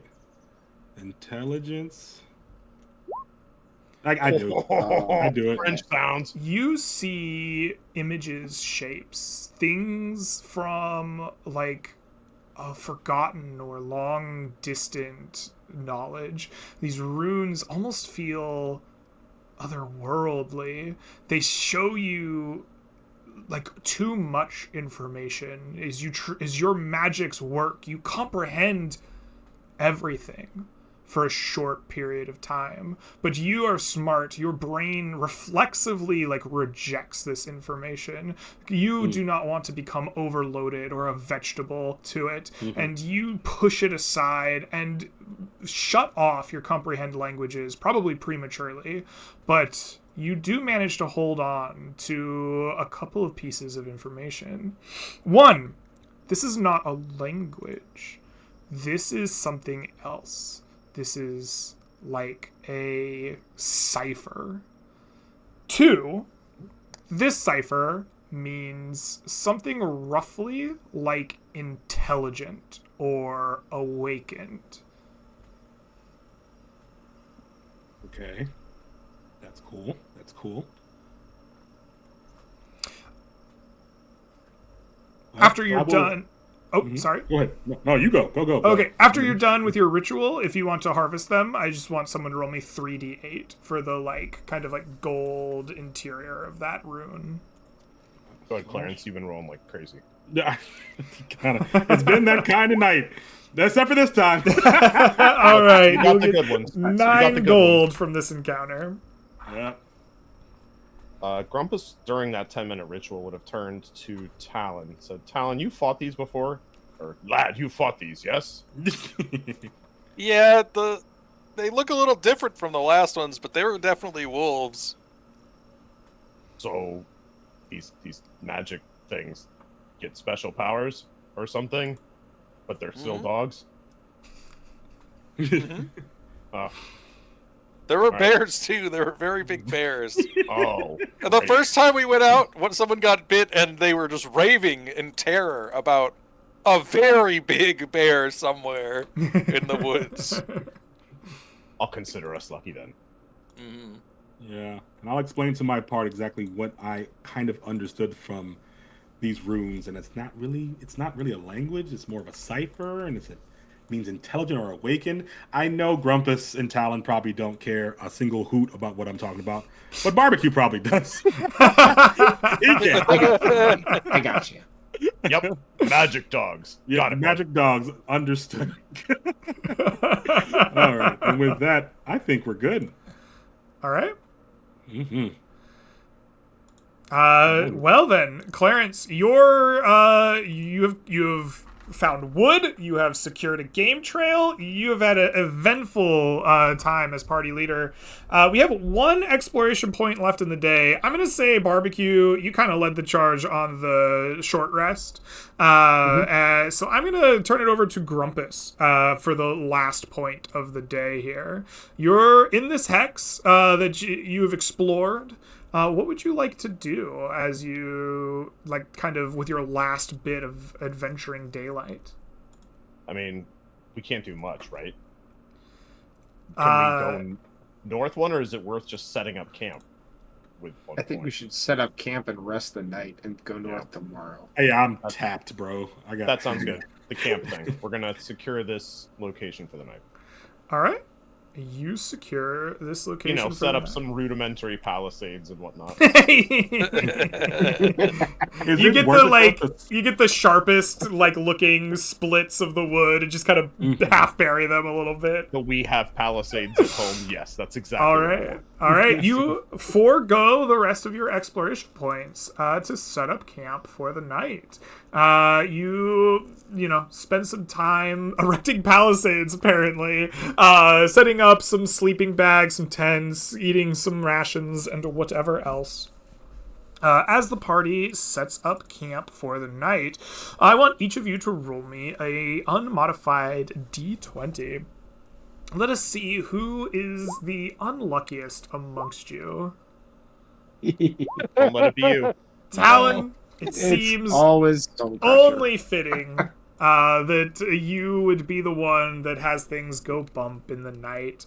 While the party is making palisades, building a small fire to beat back the deepening shadows and unrelenting kind of dark of this forest, you are, doing what in camp? What is your, kind of moment of peace to yourself look like?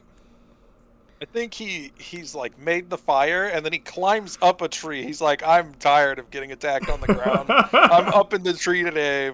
Screw all of this. And then he casts control flames on the fire to make it half the brightness, so it's the tiniest bit of light. Oh, it's so dark in this forest. The shadows are almost oppressive as you cast that. While you sit in the tree playing with the light of the fire, I would like for you to roll for me on the camp encounter table. A D100, if you would. Oh, no. 19 is low. A 19. Good Maybe. time to roll like Talon? shit, Charlie. Proud of you. Maybe. You have the misfortune of a peaceful rest up in a thank tree. Your back is knotty in the morning, and you have a rash from some weird bark, but everything else is totally fine.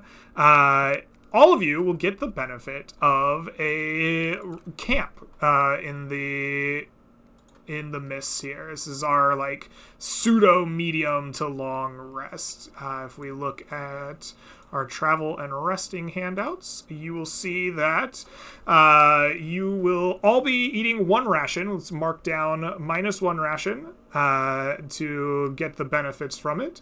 Then you may spend any number of hit dice that remain in your hit dice pool to recover HP. You also will gain any spells or class features associated with a long rest in the player's handbook. You will not recover wounds or exhaustion. That will stay through a night camping. But you will recover the Mark of the Grave. The Mark of the Grave will fall off here. The next morning, you will gain 1/2 of your maximum number of hit dice rounded up to be used in the next day's adventure. That's okay. 10's okay. Jesus, guys. Compared to that, like 10's not bad. 10's okay. I tell you, Clarence. I don't know. Everyone that carries a sharp stick or blade is cursed. In this All right. With that, you awake the next morning. The next day, you gain 6 fresh exploration points to be used. Who amongst you is going to take the first kind of like crack at it? I'll hop on Beethoven and say, to the north, lads. To the north. The north. I just want to point out that like hopping on and off Beethoven is like a cool thing to do for like, you know, dramatic exit. But if you ride your like mount as like overland travel, you're gonna wear them down, right? In general, mounts are walked next to you during like long periods of exploration, and then you like mount them to do something in the moment type of thing. I will have put some of my more unnecessaries into Ethel, because Agnes is carrying most of the wood right now, I believe. But just to help out Beethoven. But yeah, functionally, I'm wearing this poor fucking dog down, and I feel bad about it. Okay. You march the party north out of the woods. Functionally, you are marching through these woods up into the next hex. So this will cost 2 exploration points, making you go to 4 into these grasslands. Tell me, Grumpus, other than riding your poor Beethoven to near death, what does your like travel look like as you break through this forest into the grasslands above? Keeping an eye out for anything that I would have seen. I traveled off to the northeast-ish before. Sometime during this point, I would have probably brought up the conversation, because we would have talked about the woobly petrified wood things. I would have turned to Vessel and been like, hey, was this anything like that petrified forest we ran into before? Remember that? Oh. Yeah. No. Just for reference, the wood that you found in the village was petrified. Like it was so old it turned to essentially like the equivalent of stone or metal, right? It was just like old, gross, rotty kind of shit. This was like desiccated, like as if water had been pulled out of it. Like it would like turn to dust in your hands or be brittle. So it like a different kind, I suppose, of oldness or decay to it. What more beyond a fun conversation and pointing out weird wood to my coworkers? I have no idea. That's fair. You have a weird conversation about wood. As you make that's your... really some weird wood. you breach the forest and you wander into the grasslands. You see like a small bit of grassland, and then you see kind of like in front of you the grass is like shortening, becoming smaller, becoming more yellow and dry, and beyond them you see kind of dusty like hills in the distance, a kind of reddish, almost one would say tarnished hue to the land as you march forward. As you press on into this dustiness, I would like for you to roll me a D100 as you are potentially encountered by something. Probably, maybe. Is 71. Brilliant. You are leaving the Mistwood and entering the Tarnished Hills.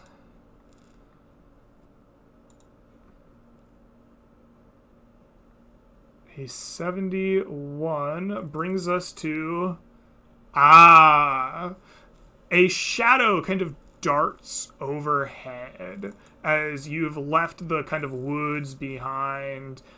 You are like entering kind of this like brownish hill-like area, and at first you don't notice like much about it, like, oh, there's a bird or something, but it flies kind of by again, larger and darker, and you start to think maybe something is wrong here. As you do, I want you to roll me a surprise check, Mr. Grumpus. Is that a D10? It is a D10. You are not moving cautiously, so just be the one of them. That is a 6. That is also a stalemate by the rules. So Could you be will worse. You'll notice at the same time as the creature starts swooping down upon you that this is not the shadow of any bird, but of a distinctly horrific creature. A Periton, partially antlered like a deer, partially winged like an eagle, with a horrific cry. You look up in time to see it fold its wings above you and begin to dive back down. You give a shout, and the party will roll me some initiative. Flashbacks, Charlie. Yeah. Bird. Maybe magic bird. Look out. Deadly bird. Jesus, we're all like middling initiative. What are you gonna roll there, Greg? I am waiting on roll Highs or lows, 20 Greg? to Highs or actually lows? roll it. Highs or lows? Lows. I'll guess lows. It's Ricky Bobby strat. If you're not first, you're last. Exactly, yeah. I don't know, roll 20 will maybe get it one day. Damn it. Damn, Oh, it's a sorry. 14! I'll take him Alright. Just beats almost all of it. Yeah. Now we have 2 people going beforehand. Oh, that's Maybe. good. No, Yeah. Maybe We one. have one. It's tied on initiative. I think. Alright, so Talon and Grumpus, you react at the same time as this creature folds its wings and dives upon you. All 3 of you are acting in like simultaneous initiative order. We'll just kind of go by like players first, I suppose. But what are your 2 actions? They're gonna like happen at the same time as this creature's. Yeah, Talon will scream and run this way, and then take a shot at it. All right. Go ahead I and think roll me a bow shot here as you scream and rush the other way. I'm gonna... Oh, do your thing first. Nice. Does a 20 hit it? I took away the magic bonus as well. A 20 will hit it, yes. All right. Oh, 9 damage. Nice hit. Do you have your -1 from exhaustion in there? I took it away because you said I don't get it from Marked by the Grave because we took a short rest, or not a rest, a night's rest. When you rest at camp, you still keep... No, you're correct. You still keep exhaustion, but you don't keep Marked by the Grave. Does this make sense? Do I need to explain? Just a -1 to attack and saves and checks, right? So, yeah, Marked by the Grave is the thing that means when you go to 0 and come back, you gain exhaustion, right? That's like the condition of that. Okay, so You're no your longer exhaustion. marked by the grave. So if you go down today and then come back, you still get your 1 free one, essentially, right? Okay. But so it'd be a 19. But the exhaustion still sticks around. Yeah. Okay. The 19 still hits. I just was checking. Yeah. Okay. That was It's a good thing to go over because I was confused. So. Sure. Yeah. No worries. 9 points of damage is good. As the beast folds its wings and begins its dive, your bow twangs as you rush away from it, and you deal 9 points of damage to it. Like a bit of blood kind of like flows down the trail of its like diving attack. As this is happening, Grumpus, you're also acting. What are you doing? Bonus action Shield of Faith for me, because I need to not die. We all need to not die. Not dying's great. Excellent. And then I'm going to try... God, I don't want to go in the direction of Charlie, and I don't want to leave the spellcasters. I'm just going to move to here and just have my spear at the ready for if it tries to choose me. But also, I'm going to be screaming and shouting and hoping that it chooses me. All right. You scream and shout at this thing as you cast your Shield of Faith. Excellent. And you ready an attack. As you do so, you see, like, you're running up, screaming, the bow shot is firing, this thing is plummeting out of the sky, rushing towards you, and it, sure enough, is going to rush right into you, Grumpus, as you are making the most noise, and it is going to attempt to gore you. It makes a 12 to hit you.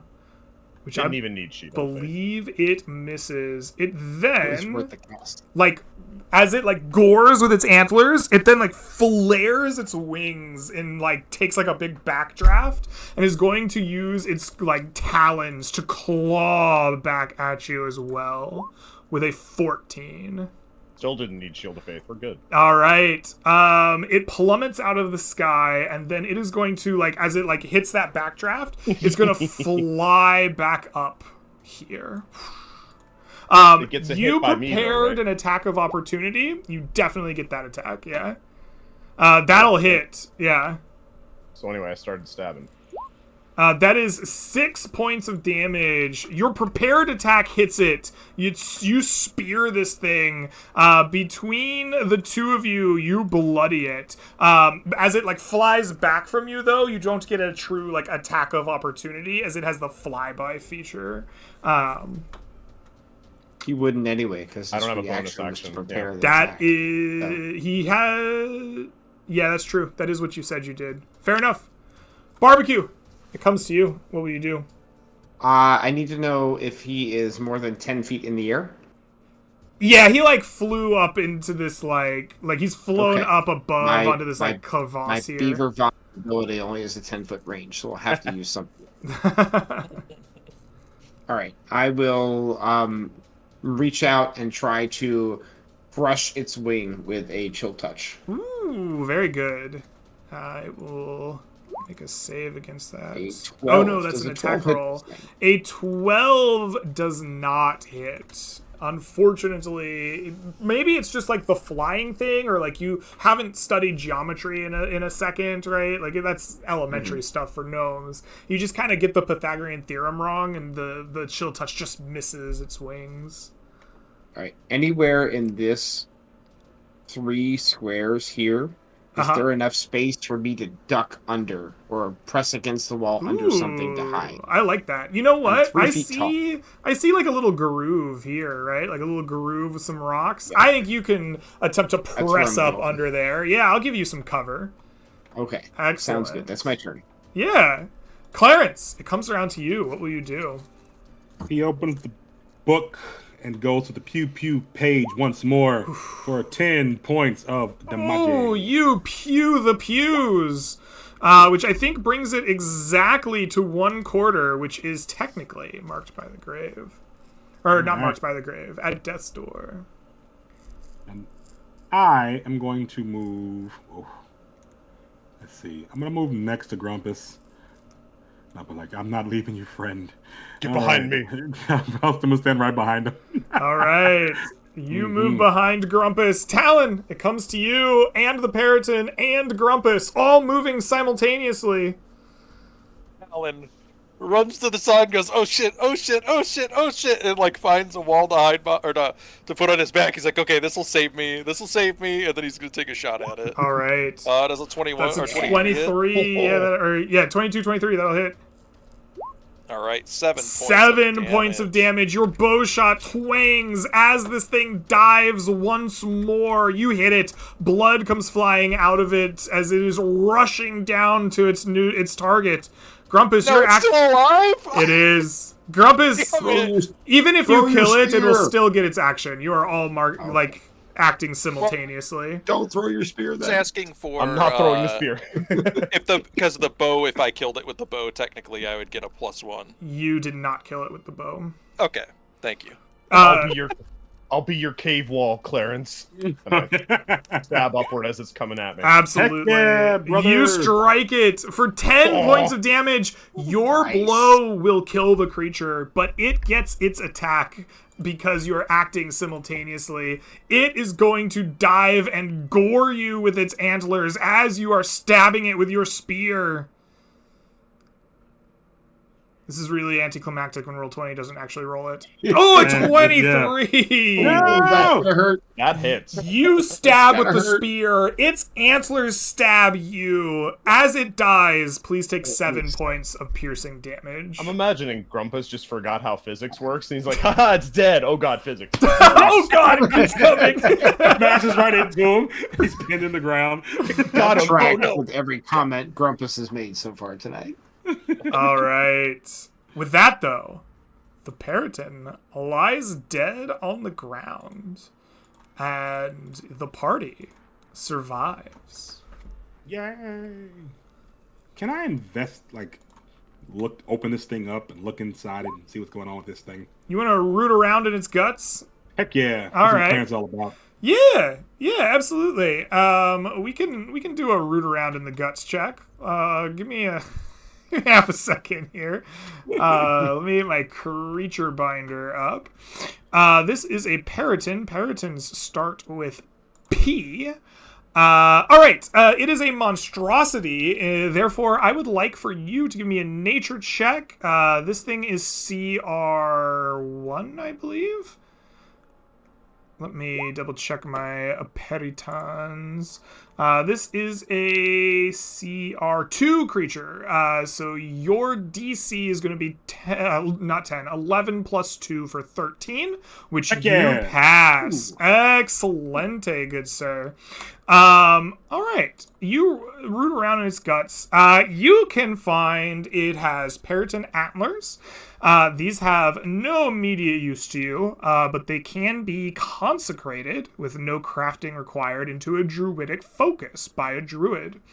The focus requires attunement and will grant the druid access to bestow curse as essentially a druidic circle spell. It's an extra little bonus. Its feathers also have no immediate use to you, but you know that these can be crafted into calligrapher's supplies, being a pen, some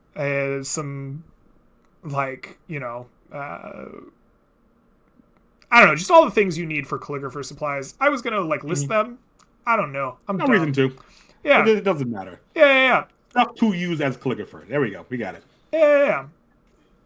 Okay. I'm going to collect some of this stuff for reasonings. Yeah. All right. Please roll 1d2 for Periton antlers and 1d4 for Periton feathers. This is their yield. So 1d4 for these. And You can collect 4 perfect feathers, not damaged or ruined in any way by the fight. And two- both of its antlers are sticking out of Grumpus, but are easily lootable. What is his character? He's like Moji, but with magic. All right. All right, cool. All right, I got it. I'm good. Anything else of use? This thing is it harvestable organs, or do people like the carcass and can you sell it? And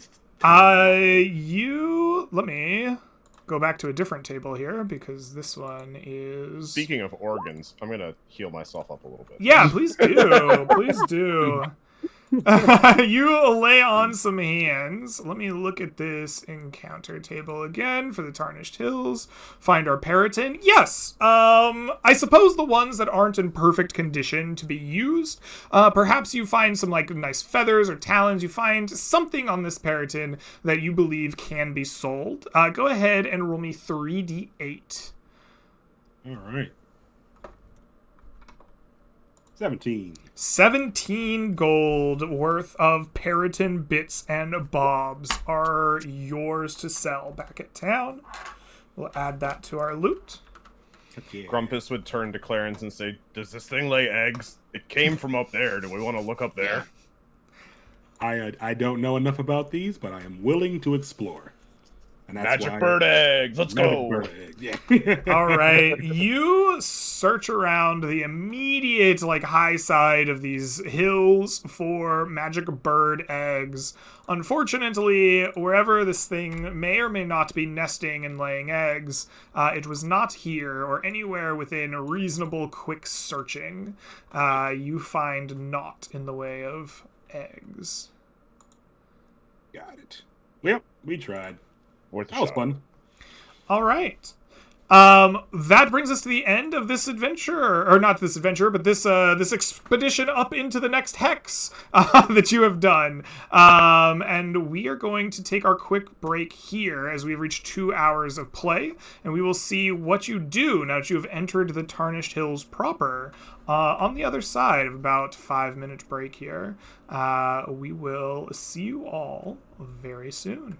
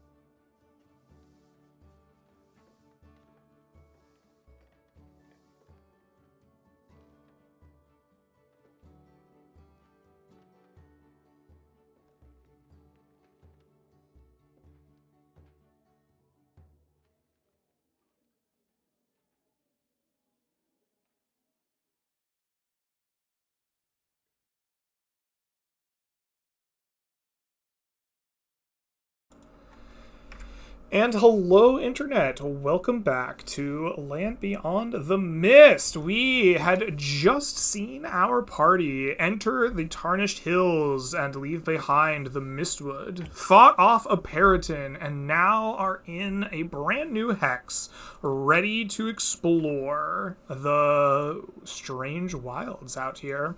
Rumble Roar, good job. Your time as party leader has come to an end. You have gotten us here successfully. Thanks, who Coach. amongst you? You're welcome. Who amongst you will take his spot now as party leader? I will steal the spot. Has All everybody right. gone at this? We've all gone, right? Everybody We've all is gone at this gone, point. yeah. This is the new day. We're getting out of this hex. All right, Talon. You are moving out of this hex that we are currently... That is... we are not on the map, apparently. Boink. Yeah, this is clearly a cursed hex. We must move north. We must move on, you say. Very good. All right. You are currently in this hex just north of the Mistwood, just entering the Tarnished Hills. Wherefore shall you move from here? I will move directly north, and I will do so carefully. It will still take the additional point this time. Yes, you are no longer in your favored terrain. Excellent. You will move forward through the hills here. I believe for hills we have a cost. Let me look at our cost here for hills. If Roll20 will load my sheets. Huzzah! Hills will cost you 2 points to move through. You are in the hillish area. So this will cost you 3 total points. 1 for the movement, 2 for the hills. And if you would like to move cautiously, it will cost you an additional point as well. Okay. All right.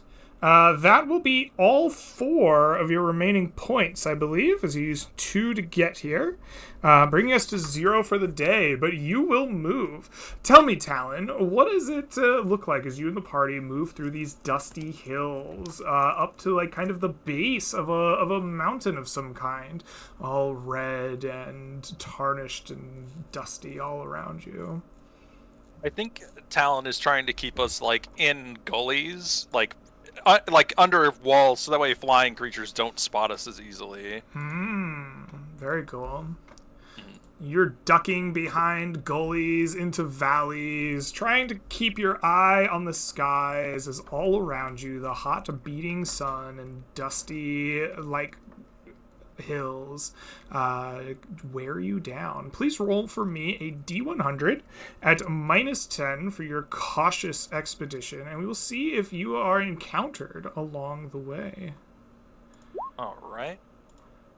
65. A 65 is indeed an interesting creature. Talon, I need for you to roll me 2d10 and choose the best results. Oh, an 8 is quite good. An 8 is quite good indeed. All right, I believe an 8 has some little bit of extra work to it to resolve. Let me double check my surprise modifier here. The PCs get vision first. I want all of you to roll me a contest of perception amongst the player characters. Who amongst you will get a 1 prepared action? Not me. Oh my. Possibly me? Oh, not me. If you beat me because of the -1, I'm trying to get there. Roll20 is No slowing me worries. down. Roll20's giving me a pain too. It's been slow today. Please, I see the 20. Just open the sheet. Open the sheet. All right, cool. You said perception, right? Perception, please. Oh god. You don't have to roll very high to win.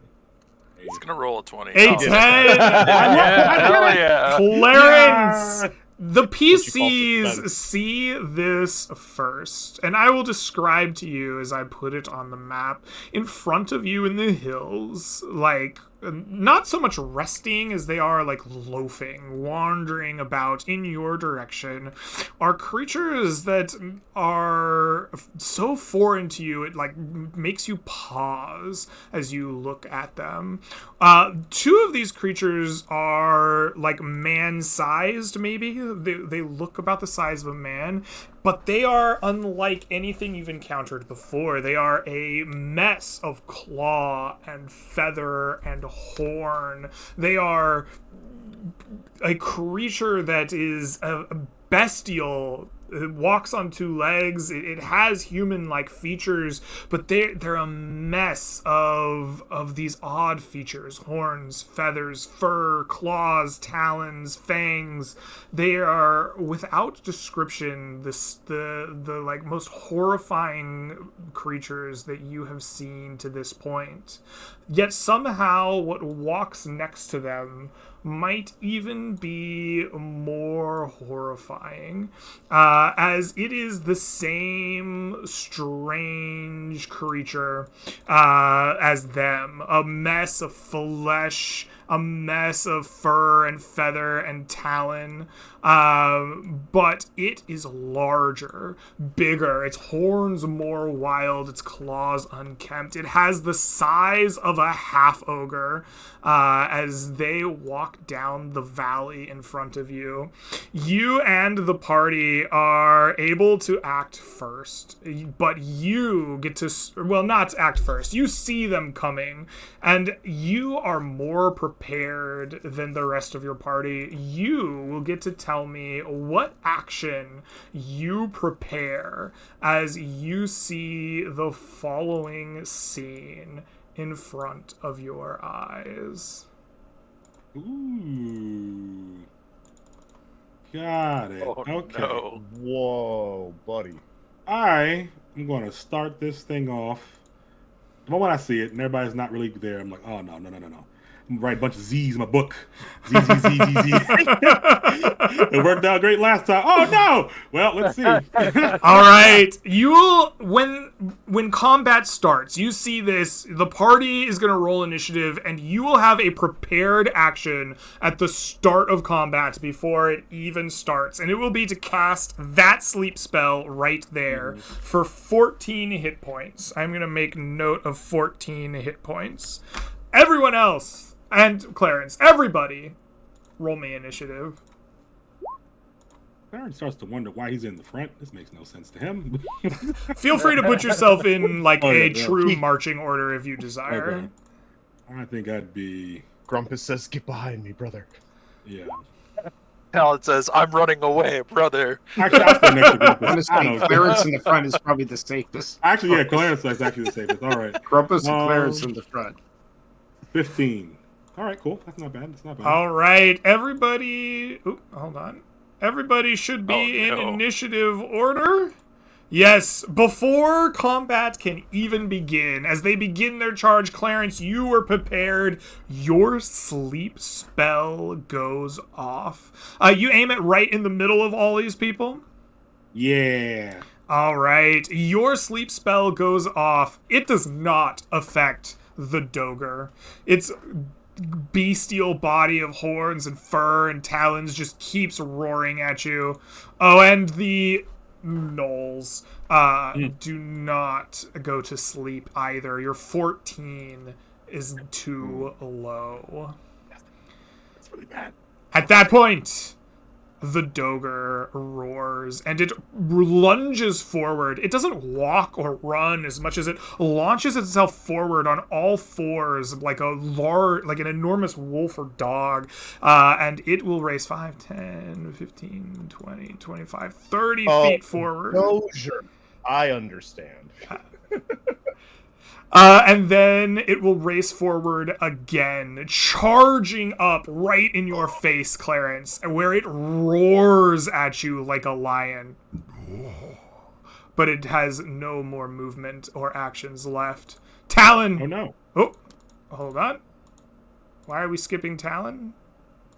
I'm skipping like so many things. What is going on with my order? It feels like the sort button got clicked a couple times. It's thinking about it. There we Okay, go. Talon! It comes to Talon you. goes. What do you do? Good luck with that! And we'll like run way over here, and I'm going to cast Hunter's Mark on this creature. Ignore that. I keep clicking that instead of clicking the other button. And then Okay. I will take a shot at it. All right, With the you bloody bow. mark this creature with your Hunter's Mark. Go ahead and roll me that to hit. Ooh, that 8 just, it actually like is on target, but the thick like combination of fur and feathers that cover this like ogre-sized creature just like stop the bow shot. Like it just doesn't penetrate any of its vital areas. So guys, I've been effective the last 3 combats, and this is the combat that I'm not going to be effective. So you need to plan accordingly. Thanks for letting us know ahead of time, bud. Appreciate it. Yeah, anytime. Clarence, it comes to you. You see this thing like roaring in your face, slathering about. What do you do? I am going to ready a spell, and the moment that these dog kind of no jigs get up here, I'm going to cast a thunderclap to push them and this Joger back. All right, you will prepare a thunderclap. The trigger is the gnolls come within range. Yes. All right, excellent. You prepare your thunderclap. With that, it does come to the gnolls' turn. To your dismay, they lumber up on top of this rock here, climbing up it. And you see pulling from their back rudimentary bows. And they string them with sinew, and they will fire arrows down upon the party. The first one will target Barbecue. That did not go as planned. All right. Nope. Barbecue, that is a 16 to hit. That will hit me. Barbecue, a bow or an arrow strikes you. It's like serrated edges, dealing 9 piercing damage to you. I'm down. And Barbecue drops to the brink of death. The second gnoll will target Clarence. It will fire upon you. Another serrated arrows flying your way. With a 21, it will strike you, I believe. That's a hit, yeah. All right, for 5 piercing damage. Now, explain this to me. Uh-huh. I'm holding this spell, and that's like concentration, basically. Could I release it now, or it's like I can't because the So thing didn't happen? your trigger was that the gnolls were Yeah. going to come into range. The gnolls did not come into range, so your action is like technically by the rules still Gotcha. like waiting for that trigger. I'm not Cool. gonna make your spell fizzle or anything. That's like some old weird AD&D nonsense. But I Okay. don't think your held action goes off, That's fine. unfortunately. All right. I take the 5. All right. Barbecue. You lie on the ground, an arrow like piercing your chest. Make me a death saving throw. As soon as Roll20 cooperates, I will happily try. Yeah. No! Oh, please mark 1 failure for me. Done and done. Grumpus, it comes to you. What will you do? Oh, I got one move. Obligatory 1 HP on Barbecue, lay on hands. It will be my Very action. nice. All right. Bonus action will be Shield of Faith. And I'm going to stand right here and make a whole bunch of noise and say, "Oi, Dozier!" Or whatever I call it, because I don't know that it's a Dozier. Excellent.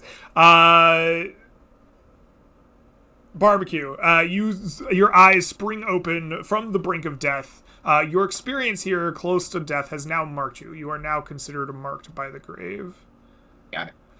All right. Grumpus, you start making a bunch of noise, banging your shield, calling it names, you dogger.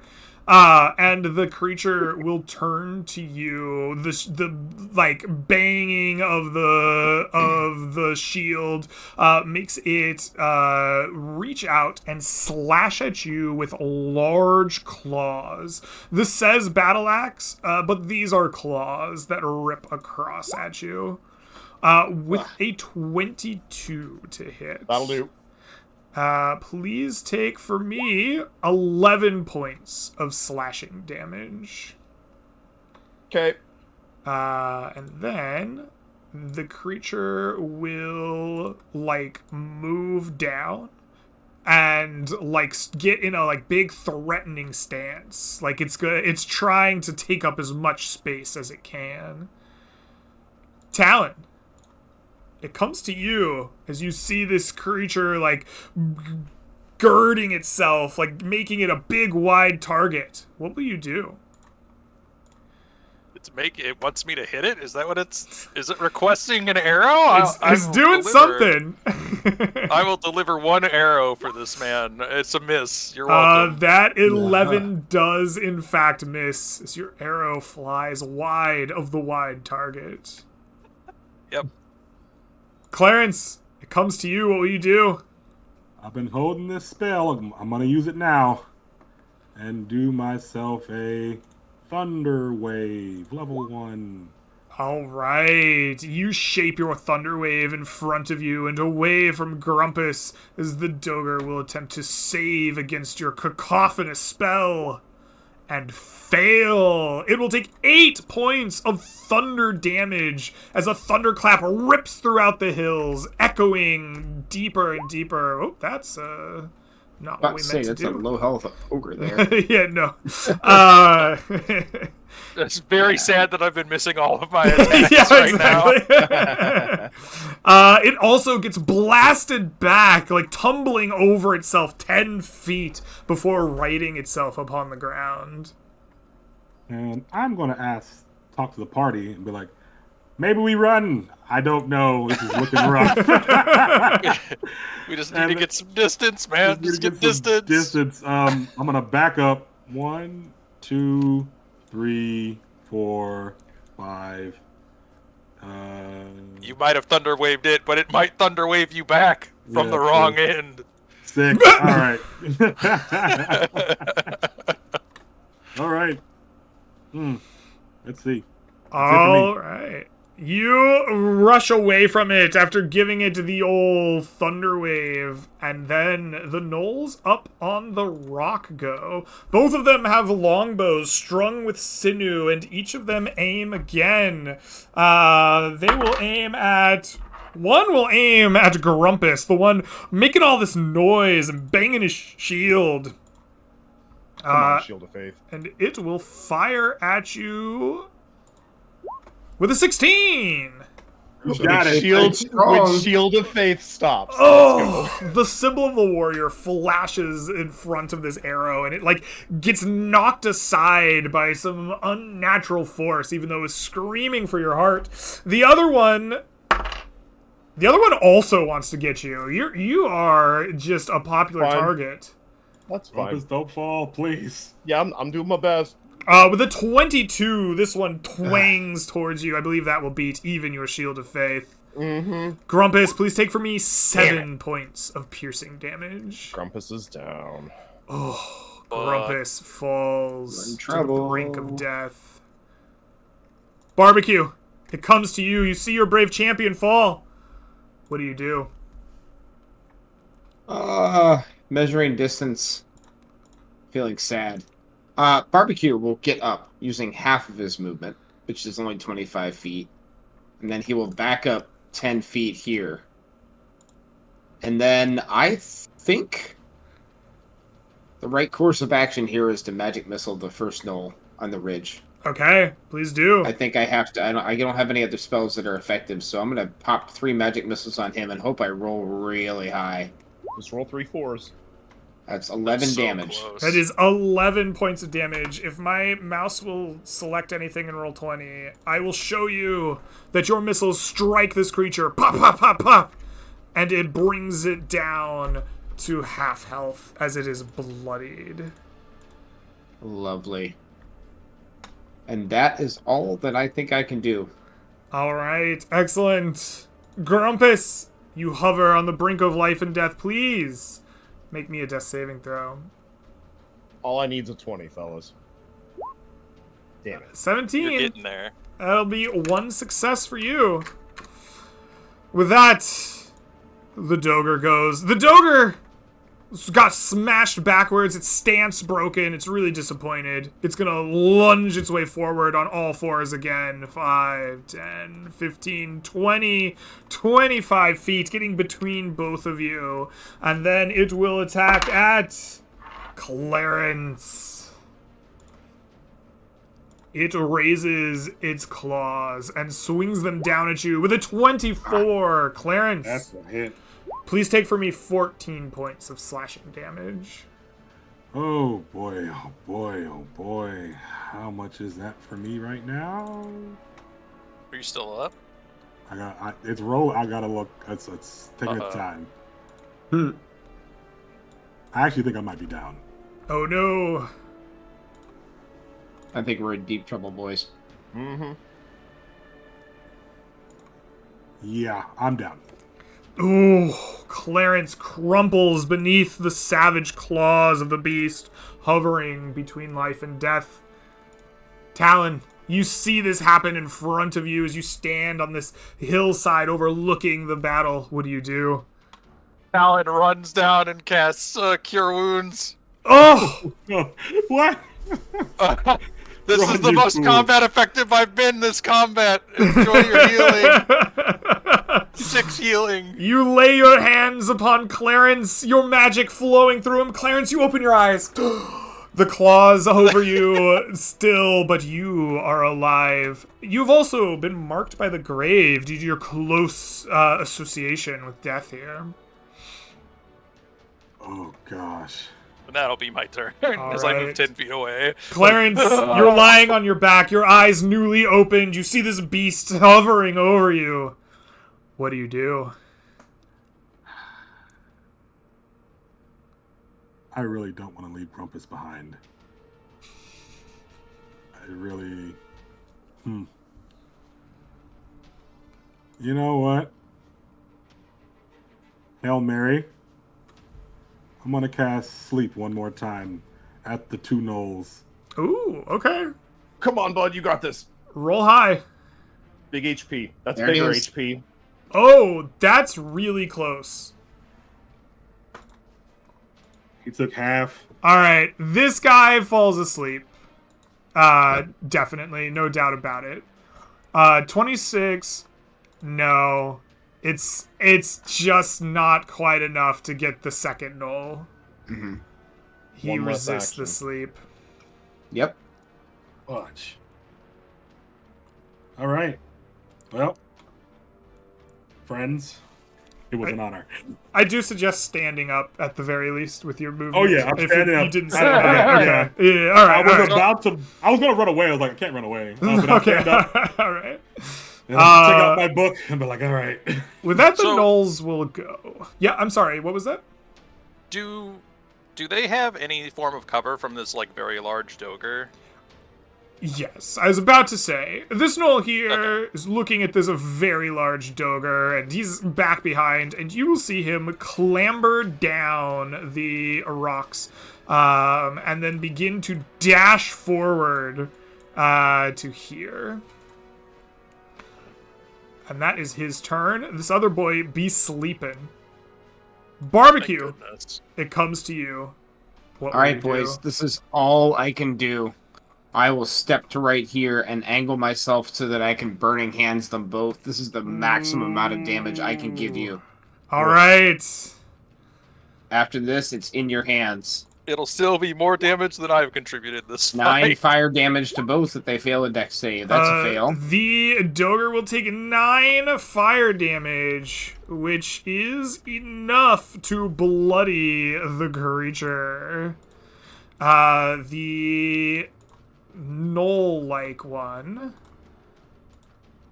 will also fail, taking 9 points of damage, which is not quite enough to bloody it. All right. Grumpus, it comes to you. Please make me a death saving throw. Okay. Please mark a second successful save. With that, it comes to the Dogre. The Dogre is not very smart. The Dogre does not know that Clarence is still alive. And it turns around and will attack good old Barbecue. No. It Out the raises sauce. its claws. It attacks. Does a 13 hit you? It does. It's my armor class. Please take I'm out of 16 spells slashing anyways. damage from the Dogre. So when you're calculating instant death, it's double your max HP. Yeah, so if your max HP were 10, you would have to go to minus 10. So From that's whatever good, your minus- current is. From whatever my current is, because my current is 1 and my max is 9, so that should be enough to kill me then. That is, That sadly, the claws of the Dogre tear the head of Barbecue McAwesome Sauce straight from his body. It is clear that our Nomish friend is no more. Well, time for a new gnome. Yep. Time for a new party, probably. Talon! It comes to you. Talon is like crying, like, "Why won't you work?" Like yelling at his bow as he takes another shot at this Dogre. All right. Oh, Oh, useless. with an 8, it is not good enough. Your bow. That's my third 2, I think, this combat I rolled. Damn, that is unlucky. All right. With that, Clarence comes to you. What will you do? I'm thinking. So the Dogre took 4, 4, 3. What else? Oh man, I don't know. Probably He's got taken like 10 HP. a lot. He's taken like 32 health, I think. Stick My it. options are to dodge. He took 11. He took the magic missile, which is a decent chunk. I could try that again and maybe outright kill it, but it might not. I think my best option right now is to just dodge and pray that this bowman in the back will work and help us. All right, Bowman. Talon. He'll kind of look like a Talon. It's on you. And I'll take the dodge action. All right, Clarence, you dodge it up. You do as this Knoll runs up to Barbecue and sniffs him and tries to decide if he's going to eat him. You see something horrific as this Knoll drops its bow and its like blade at its side, and it starts to try to eat the corpse of this gnome. It is disgusting, and we won't describe it, but it is occupied for now. Barbecue. That boy's gonna have heartburn. He probably will from all that barbecue. Grumpus, you lie on the verge of death. Please make me a death saving throw. All I need is a 20. I got 3 saves. That is 3 saves. You are unconscious, but you are no longer bleeding out. You will awaken with 1 HP in 4 hours. The dice are unkind. Yay. The Dogre, I believe, has realized now that Clarence is awake. And he is going to attack you with his claws, Clarence. He will do so at disadvantage, though. Does a 16 hit? I will cast my final spell of shield and Your block it. giant book, War and Peace, comes up, blocks his hands with its thick text. Talon, it comes to you. I just try to shoot it. He's like yelling at the bow. He's like, "Why aren't you working? Just kill it already!" Oh, 14 hit. a 14 does hit. Thank Finally, let's go. It's Oh worthless. my It Eight God. damage. 8 something. damage. That brings it down to death's door. All right, I'm coming back. All right, I'm excited now. Let's kill this stupid thing. All right. Clarence, it comes to you. What will you do? Oh boy, what can a Clarence do at this point? disadvantage firebolt, or stabby stab. We're stabbing. Always be ABS. Always be stabbing. Oh, that's not it. Somehow you've rolled damage, but no to hit on my screen.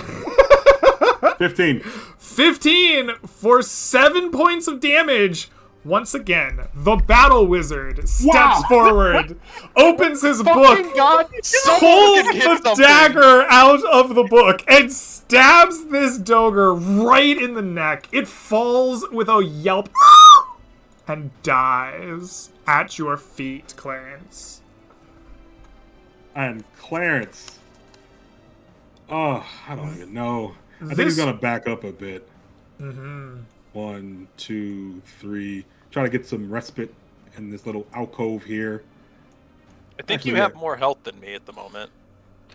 I have... Do I? Yeah. It's not an 8. I'm at 7. Oh, you're right. I have 6. You gave me 6. Oh, okay, right? All right, never mind. I can tank. We got this. All right, Clarence, you back up for some respite. You see the gnoll continue its horrific meal. It seems unconcerned by the presence of you and your companions. It is devouring things. Grumpus, you are stable. The Dogre is dead. Talon, what do you do? I will move my hunter's mark to this hyena creature, and then I will move to hopefully get a better angle from here, and I will try to shoot it in the back. All right. All right, come on. We can hit 2 things in one combat. I want you to roll again, see if you crit. As this creature is so oblivious to you that you effectively have advantage. Go ahead. So close. Very close. Go ahead and roll me some damage. 10 points. 10 points of damage will bring this creature to death's door, but not slay it. The creature is going to make a saving throw, which it fails, and continues its meal. It is so hungry. Oh. Clarence, it comes to you. You seem you see the sleeping gnoll. You see this one just continuing to devour its meal. What do you do? You get off him, you son of a gun! And is that advantage still? I will give you advantage as well. Yes. Yes, please, because that sucked. Oh no! Perhaps it's the angle of this giant Dogre that has fallen. Perhaps it is out of respect of your gnomish friend, but somehow your firebolt goes wide. Okay. The gnoll continues its meal, and the sleep counter ticks down one more. Grumpus is stable. Dogre is dead. Talon, it comes to you. What will you do? Talon will run this way and shoot it in the back again. Please do. Please just die. Why are you still alive? One more. 13? Okay, so 13 will hit it when it doesn't have its shield up. So yes. Please roll damage. 12 yeah, now. is clearly enough. Your arrow strikes true right in the back of this creature, and it dies. There is not but a sleeping gnoll creature at half health up on the top of this rock. We've seen you guys perform alpha strikes before. That happened. I assume that at this point, the combat is over as you alpha strike the creature on the rock while it is sleeping still from your spell. With that, though, we find our heroes down a gnomish friend and with a companion at the very brink of death's door. What will you do here in the desert? Well, it's not the desert. In the Tarnished Hills. In these dusty hills. You gotta wait till, I mean, we have no points, so we can't go anywhere. Yeah, we have to long rest here. We have to stay here and rest, yeah. So I will gather my companion away from the carnage. So like up here probably. And then after I make sure he's not dying, I will loot the battlefield as best I can. Check out these longbows, disgusting longbows, and these weird arrows. Yeah, absolutely. While you are looting the battlefield, you can find that these gnolls have 20 arrows each. They are like primitive and serrated and made of bone, but for your intents and purposes are just as effective as arrows that you can buy in Antrim, should you wish to loot them. We will also double check our encounter table here, as you rolled a 70 something, right? Where is my... No, you didn't. You rolled lower than that. Where's my Dogre? There we go. Dogre plus 2, no, 60 something. Please roll me 3d8. As you will find that they have some amount of valuables on them, weirdly enough. Whether it's their weapons, their rudimentary kind of armor, whether it is like polished stones and little trinkets. You find 18 gold worth of valuables that you may take off of their bodies. Beyond that, you find little of consequence. These creatures of horn and feather and flesh, they have the stat block of a gnoll and a half ogre, but they are something more, something terrifying. Well, Okay. Clarence will find something interesting. Okay. What does A Clarence spell find? book on the gnome. Oh, very true. Clarence, list of do you spells in take chat. your friend's spellbook? I think Clarence would actually bury it with barbecue. You're burying a spell book? I'd have totally taken yours if you died. And that's okay. I think Clarence respects barbecue enough. Aw, And that's he sweet. doesn't Take my want- spell book, you fool. Whispers Barbecue from the whispers in grave. his ear. And he's thinking, I really should take this though. You know what? Out of respect, what he's going to do, he's going to take the spell book and then he's going to cast Firebolt on his body to burn it. So his body will burn as he burning hands his enemies out of respect for the good barbecue. Send him off in a flame. Barbecue becomes charcoal. Hmm. Indeed. In remembrance of my friend, I shall take this book and burn his body. All right, you take a spell book. It looks like Shadow has listed in the chat the spells that are inside of it.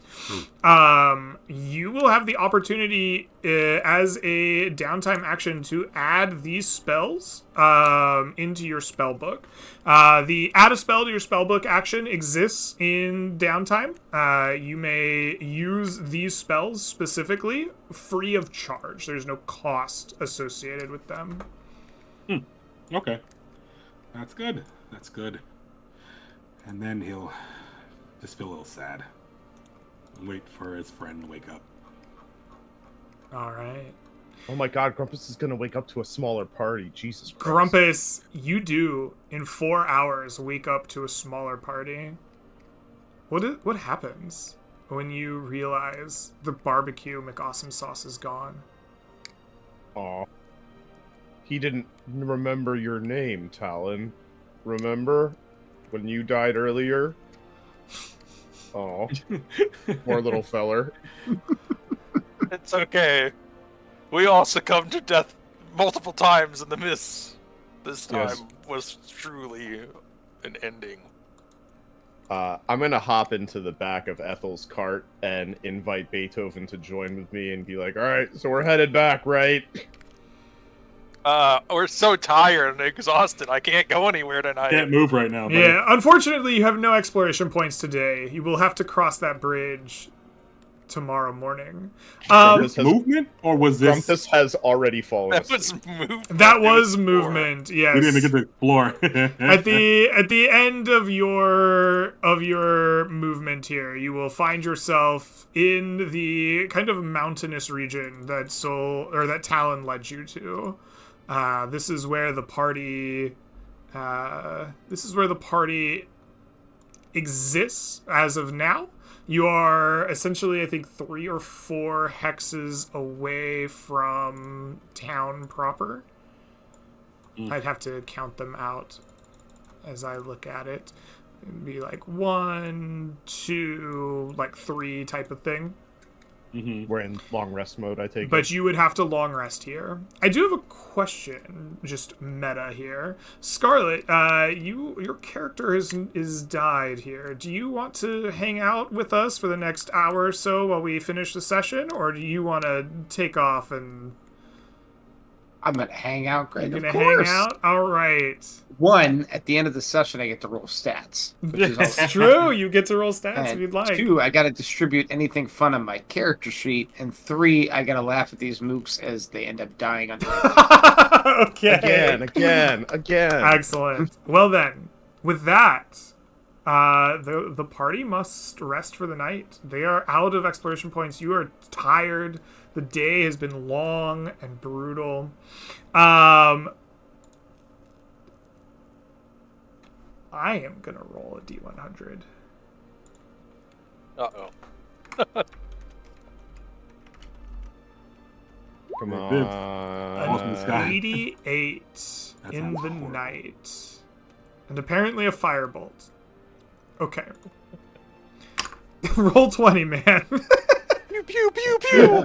Having a night. Put out that Yeah, fire! yeah, so in the middle of the night, a firebolt just rushes out. I'd like to think Clarence was pouring one out for his wizard Nomi. Yeah, we're all looking That's at the it. campfire like, what the hell is that all about?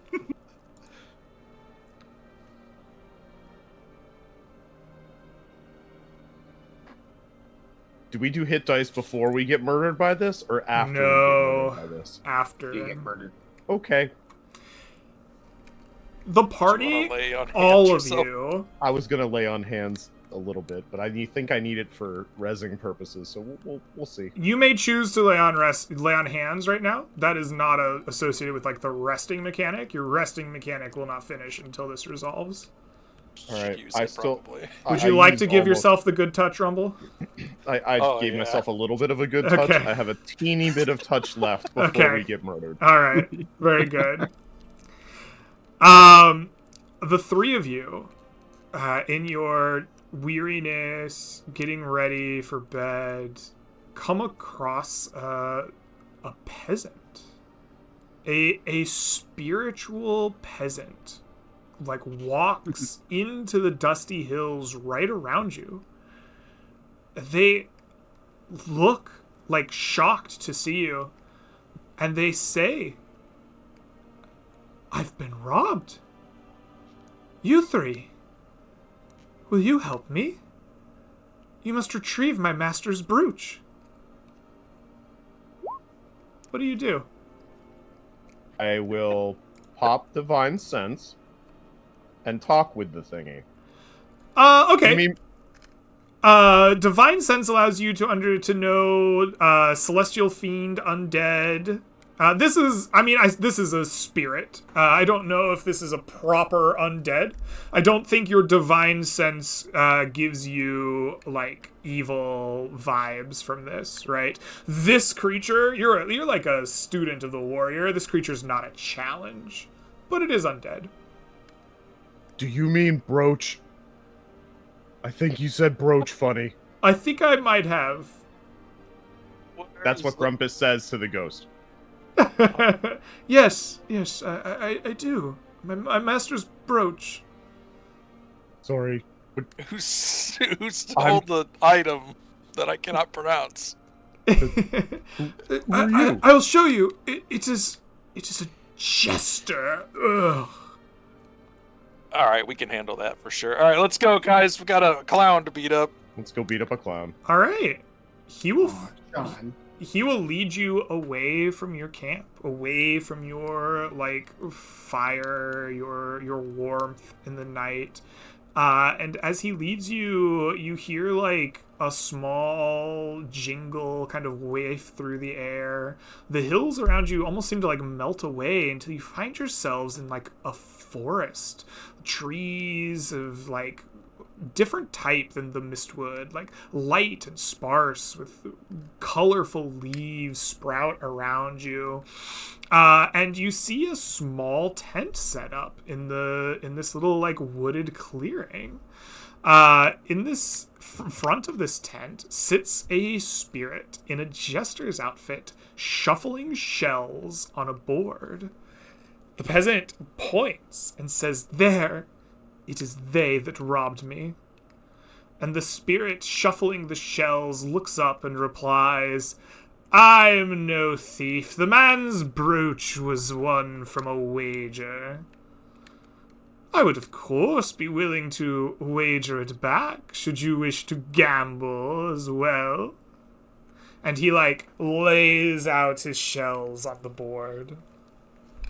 Take gold. Of course. Who doesn't How take much? gold?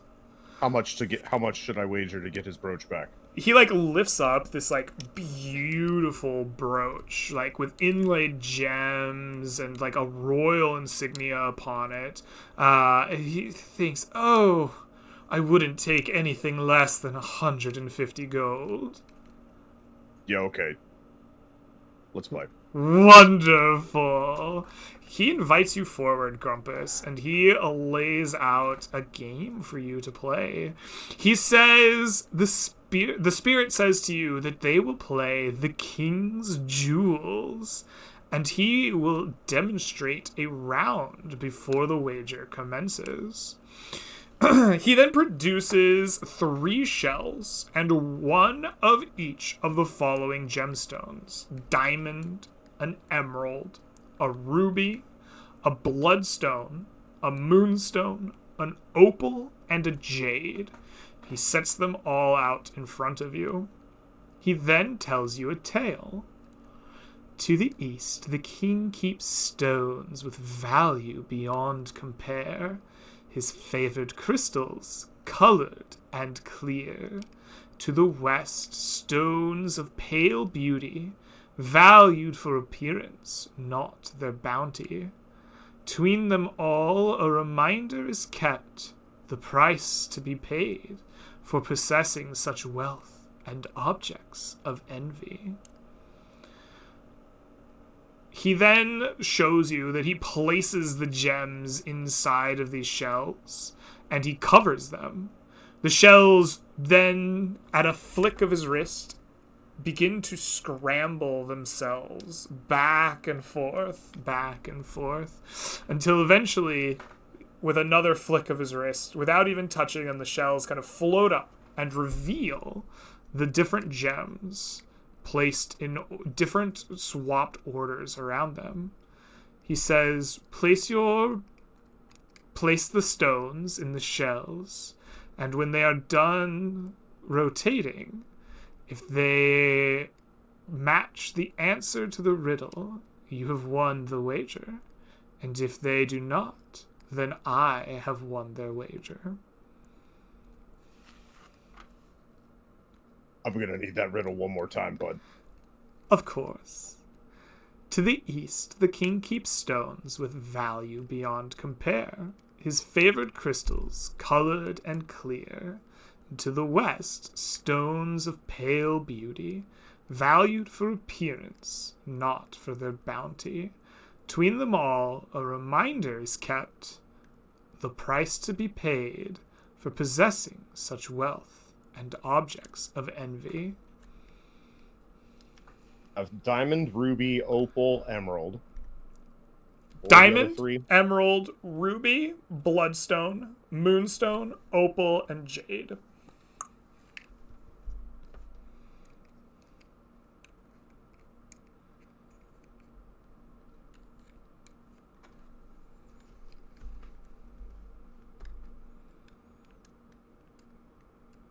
Grumpus looks up and goes, "Which way's west from here?" He says, as you face me, the direction you face is north. Galactic West, 10-4. In the west shell, pale beauty would be an opal and a moonstone. The colored and clear value beyond compare are going to be the diamond, the ruby, and the emerald, with the bloodstone and the jade going in the middle. Okay. He looks at you and smiles and says, "Is this your answer?" How can we make this more interesting? Oh, you wish to add an extra wager? Yeah, I kind of messed up the last time I had a fate chance against things, and this isn't chopping swords, so yeah, let's make this interesting. Oh, very good. Well, you wish for this brooch of mine? I'll tell you what. I'll wager against 1 year of your life, my most prized possession. And he pulls out like 3 juggling balls, each of them engraved with like diamond runes that you have never seen before, and yet are certain that those runes say fireball.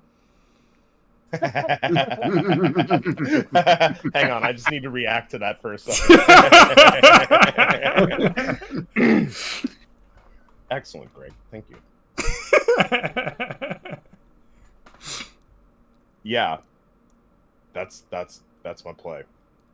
Oh, And I put the shells down on top of the gems. all right. He then flicks his fingers. The shells begin to shuffle back and forth, back and forth. You unfortunately realize soon after, when he flicks his fingers again, these gems did not end up in the same place that you put them in. The gems you placed in the shell on the left have moved all the way to the shell on the right. The shell on the right has moved them to the center, and the shell in the center has moved to the left. And then the shells open up, and he looks, shakes his head, and says, "It seems your answer is wrong." But was it right before you moved them? I'm kind of dumb, but I think I got the puzzle right. Well, who knows? But your gamble is lost. And he, like, pats you on the shoulder, and as he does, you feel like something hot sear kind of into your shoulder. And he says, "I'll come by for that year sometime, my dear." And he like scoops up the gold in front of you and like places it in a little box underneath the table and smiles. "Anyone else like to make a gamble?" No, I'm not a riddling kind. Clarence doesn't understand this. It seems like not something he can really do. He's like, no, I'm out. You've already earned money in a year from me. What can we do to get you this brooch so we can get this guy off our ass? Oh, but win it, of course. I only adore games. That and winning.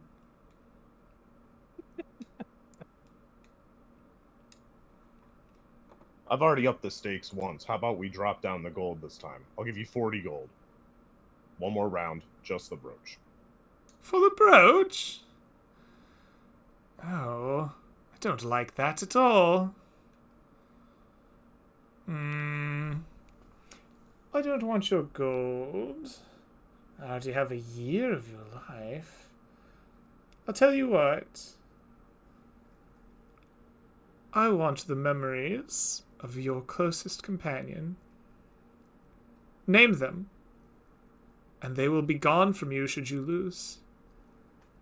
Well, I'll have them, but you won't remember them. Without hesitation, he says, "I will never forget Barbecue McAwesome." Barbecue McAwesome sauce it is. And as you say his name, it like grows fuzzy for a second. And he places the brooch back down on the table and he flicks his fingers. And as you see the shells like realign themselves, you recognize the pattern in front of him. The shell that you place things in on the left moves all the way to the right. The shell on the right moves them to the center, and the shell in the center moves them to the left. You all see this happen, as you have seen it now for a third time. You can memorize this pattern. I unfurl it and move my gems, but in the correct pattern that I gave you before, with the triple, the pair, and the pair. But I put them where they should end up, in galactic west to east. All right, I want you to make me a DC 10 insight check as you are placing these gems. Could I Let's see if I can give help him him too. Yeah. some form of assistance, as I am proficient in dice games? Oh, you are proficient in dice games. Perhaps you've heard of this or understand something. Yes, absolutely. Give him some advantage on this. Please. Ah! Apparently not this dice game. All right. You recall that there are many like different interpretations of precious stones, and while you think you have them right, you get a feeling just from the smile of this guy that you might not have been right with your initial like placement. He just seems so confident as you're placing these stones. Switch the jade and the diamond. Colored and clear. Yeah, do you want to hear it again? No, I've got Okay. enough. I switched the jade and the diamond in the pairings and triple that I gave you originally, and say, all right, whatever. After putting, I would like to end in the east, the colored and clear value beyond compare, not the diamond, the ruby, the emerald, the jade, leaving in the west the pale beauty to be the opal and the moonstone, with the bloodstone and the diamond being in the center, ending in the center. All right. He snaps his fingers. They swish back and forth once more, following the exact same pattern. And when they come up, you see his face kind of fall for a second as he thinks, and he says, "Well, it seems that you can play the king's jewels after all." And he slides the barouche across the table for you. Yeah, Grumpus. And he frowns and he says, "Well, that will bring my games to a close then. Enjoy your night." And in like a clap, the forest vanishes, the jester vanishes, the peasant vanishes, and you are standing at your campsite holding a bejeweled barouche. Oh, Brooch. roach. I don't know why I keep saying it funny, but I apparently... It was just a dumb bit from Grumpus. You don't actually have to think anything of it. No. I'm pretty sure both pronunciations are accepted. What that brooch do? You spend some time attuning to it. Got nothing else to do. This All was right. our going to sleep activity, right? Once attuned to this intricate golden brooch, you can imagine up to one dragon of your choice, and a tiny-sized illusion of it appears on your shoulders. The dragon looks lifelike, and it occasionally flies and snaps at insects, and generally behaves in a dragon-like way. The illusion does not hold up to physical scrutiny, and any creature who physically interacts with the dragon sees through the illusion with a successful investigation check. You can use a bonus action to dismiss the illusion. Also, as a bonus action, you can have your dragon illusion attack a creature within 5 feet of you. The creature must make a DC 12 Dex saving throw, taking 1d4 damage of a type of your choice, in accordance to the type of the dragon, on a failed save, or half as much on a successful one. Once you've used this feature, it cannot be used again for 24 hours. Very cool. Do you guys have a better name for this dragon than barbecue? No. All right, You make man. awesome sauce. That's It's a settled. wonderful name. We can rock, paper, scissors later for who gets barbecue. Yeah.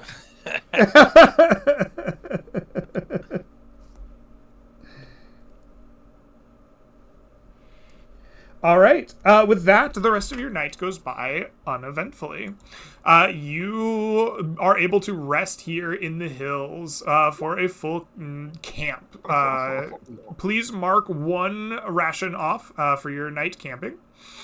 You may spend any hit dice that remain in your pool to regain HP. As well, regain any spells or class features associated with a long rest in a player's handbook. If any of you are marked by the grave, you are no longer marked by the grave, though any exhaustion and wounds you have accumulated will retain. You will also wake up the next morning with 6 exploration points ready to be used. So, after a strange encounter in the night and a party member down, it comes to be a new day. What do the 3 of you do? I think Clarence has realized we're getting low on resources. So he wants to explore around and hopefully gather some food if he finds anything interesting. That's another thing, but we'll see. For now, we're exploring safely. All right. You will explore the hex cautiously. That costs 2 exploration points, which brings us to 4 remaining in the day. As you explore, Clarence, please tell me, what is it that you do? How do you find the secrets in this hex as you wander about the dusty hills? He's looking for things like nature-wise. He's an elf, so he kind of understands the wilds. He's not as familiar probably with the, these kinds of hills, tarnished hills. But he kind of understands, probably looking for streams or cracks and crags where he might be able to find something that wants to eat something there. Or he's looking for kind of wildlife, like greenery, that is actually edible for his party. So they can get some food out of here and okay. Mm-hmm. You spend some time looking through the various parts of nature, leading the party hither and thither through this hex of the hills and mountainside as you search for something of value inside the hex. As you go, there's a chance you may be encountered by something. You are moving cautiously, though, taking the best you can to avoid that. Please roll me a D100 at -10. Okay, cool. That is a 16. That is no encounter. It is a peaceful, albeit hot day. You hear the cries of hunting birds in the air. The dust clouds kick up at your feet, but nothing encounters you during your search. As you search, you sound like to me you're using your knowledge of nature, so I would like a nature intelligence or a survival wisdom, your choice, check here to see if you Nature find. 21. Absolutely. Good roll.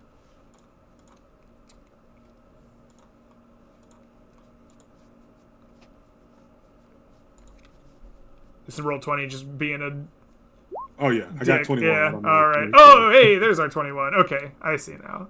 That is a ringing success here, where our DC is 12 in the Tarnished Hills. You spend some time kind of wandering through the hills themselves, but eventually follow kind of like some natural like maybe water coming down, like little small streams, like you said, and eventually find like a switchback built into the stone. You follow that switchback for some time and eventually come face to face with a abandoned mine entrance. You see that amongst kind of some like fallen rubble around this like switchback, there is an opening inside the like mountain itself. And as you kind of peek your head in, you see what looks to be the like wooden tracks of like what could have been like the beginnings of a cart path, though you also notice that there is no metal in these cart paths.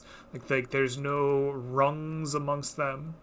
And as you kind of like peer deeper in, you hear like this like hum, almost like thrumming through the air inside this like mine shaft in the mountain. What do you do? Well, I'll ask the guys, what do you want to do? Because we need this mine, but I also know we're down a man, and we're not all up to. How's your health looking, boys? You guys feeling good? I'm at maximum capacity, which is if something breathes on me, I'll be unconscious again. Have more than him, but that means I'm very squishy still. I'm thinking if we slowly creep up on this mine, use our D10 roll, and it works well. We might be able to get these things by surprise and potentially take it out. If not, if you guys want to just run away, I understand that too. We at least have the location. We could set an ambush, and he'll like pull out a hooded lantern, which is made out of metal, and like a couple flasks of oil, and be like, "This'll work. This'll work." And I'll try to set a trap in front of the mine. You're gonna set a trap in front of the mine. Okay, what is the trap you were setting? Set this up for me, Talon. So I'm gonna quietly go like maybe 30 feet from the entrance. I'm trying not to get anything to spot me, and I'll set down the like lantern, and then I'm gonna pour oil all around it. And then I'm gonna get about 30 feet away and like light a torch and put a torch 10 feet away from it. And then I'll be 30 feet away, and then I'm gonna make a loud noise to like try to draw attention out. Okay, so you set. I'm assuming there are rust monsters in here because there's no metal that we can see. Fair enough. So you set the metal lamp down, but you like just as like bait, and then you. Yeah. Okay. In the middle of like two puddles of oil, and then 10 puddles feet away, of oil. I set. Okay. 10 feet away from that, I'll set like a lit torch on the ground, and then I'll be 30 feet away, and I have control flames so I can move the fire from the torch into the oil. Okay, all right. Sorry, I am 50 feet away because I can do all of that. All right. I want you to make me a stealth check to get real close without getting spotted or anything. Your DC is going to be 11. I then want a performance check or a deception to like lure them out with a loud noise, because that was part of your plan. So you stealth up, you sneak up, you get real close to like the entrance of the mine, right? You've got your oil cans, you've got your lantern, you're set. They don't hear you, nothing's changed. You can like look down, you've got like a torch or something, you can look down the passageway, nothing's coming for you. You sneak up there. You set up this trap, right? You place the lantern down, you pour out the oil carefully, trying to get as much air as you can, but like still make sure that's a good solid puddle. And then so I want you to I'm gonna make it simple. I'm just gonna make it you back up, you light your torch, you lay it on the ground, you back up, you're getting ready, and then you make a loud noise to try to lure them, right? I want you to make me either a performance check or a deception roll, your choice. It's a bad deception roll. Oh, it's real bad.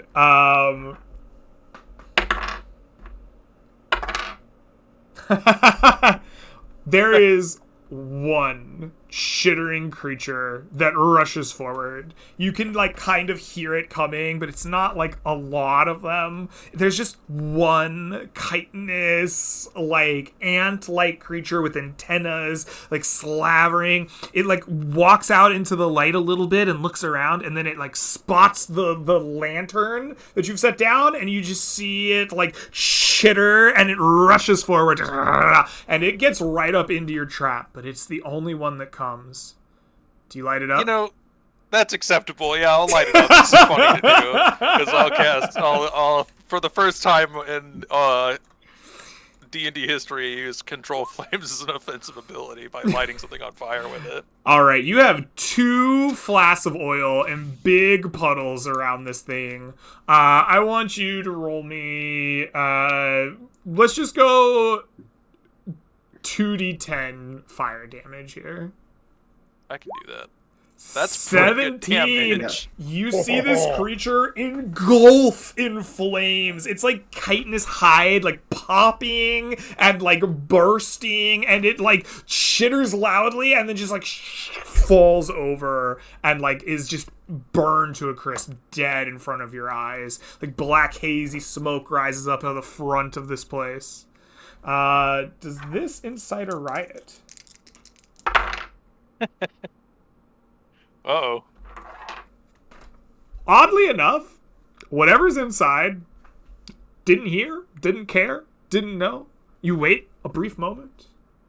You still hear some chittering inside, but it's not coming your way. Grumpus turns, looks with eyebrows, pulls out a flask of... No, an oil of slipperiness, and says, "You want to do that again? That was fucking cool." Is that flammable oil? It turns into grease. It's effectively a grease spell. Yeah. We could do that again. Reset. Take it from the top. I hand you a torch and the potion of oil of slipperiness and go, "All right, man, you got this." Okay, do you have any metal that we could do this with? Because I'm fresh out of metal, man. How about a grappling hook? Oh, you want to give them a Okay, all right. I'll like. I haven't used it yet. What else am I going to use? I'll take like a little bit of rope and loop it on top of like the like mining strut that's sticking out, so they have to like jump up for it and pour the oil underneath. All right. Suddenly Talon remembers the shovel he took off his dead gnome companion as well. I'll put the shovel in there too, and I'm like, you were a good shovel. Some might even call you the shovel of all time. All right, you reset the trap. You don't need to stealth up again. You know how to stealth. You get this shovel and this grappling hook and this like everything. You set it up. You pour out this potion of slipperiness, and sure enough, it turns into grease, as if the grease spell. You get a 10 cubic foot of grease centered on your metal items, right? And it is like ready to like go up in flames. You light your torch some bit away. Grumpus turns and says, "I have one note from your previous plan." Yeah. And casts Shield of Faith on himself and says, "You need a better distraction." Uh-oh. Oh, are you gonna be the distraction? Oh yeah, because as soon as I'm like, I turn to him before casting Shield of Faith and go, "You ready?" And I do the only thing I do with Shield of Faith, and I slap the little piece of parchment with the sword onto my shield and start banging around and making a whole hell of a noise. Oh, you make as much noise as you can, banging it around. I want you to give me a performance or deception check, your choice, to draw out these creatures. I'm gonna, I'm gonna give you advantage for 2 reasons. One, you're sacrificing a shit ton of metal, right, to rust monsters, right? We got a grappling hook, we got a lantern, we got a shovel, like we got all kinds of metal just like piled up here. 2, you have been banging the shield for nigh on like 2 straight days out here in the mist. Like I feel like you are a taunting master at this point. Practice makes perfect. Practice makes perfect. Yeah. This is where I roll my fucking 20. All right. Okay. You know, better than a 6. That's a 13. Oh, Oh, these guys are rolling shit. Good. Every creature in this place decides to rush you at the same Fuck yeah, time. bro. You Grumpus takes a see few steps back. you see one creature, then two, then three, then four, then five, then six more creatures just rushing towards this like pile of metal and this loud noise. You've been banging on a shield. Apparently that's what you needed the whole time. They hear the metal. They are rushing down this tunnel at you. I'm gonna like bring us to this map just for like a little visual of it. Because John made a sick map. Yeah. Yeah. And this is what you see, right? Rushing down this tunnel at you guys is just a horde of rust monsters. One of them is already dead, and they're gonna hit this grease pool like right on time. Talon, you've set this up. You're ready to go. You've spent a whole magical item on this. I want you to roll me 2d10 fire damage one more time. And I want you to roll it twice, and we will take the highest result.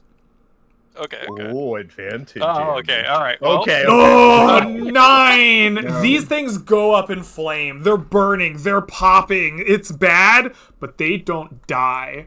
Every single one of these is bloodied. All 7 of these creatures immediately bloodied by being burned alive here, right? Like, these things are hurting and not feeling great, but they want a piece of your flesh now that you have burned them. I want the 3 of you to roll me initiative at the mouth of this tunnel after the flame trap has gone off.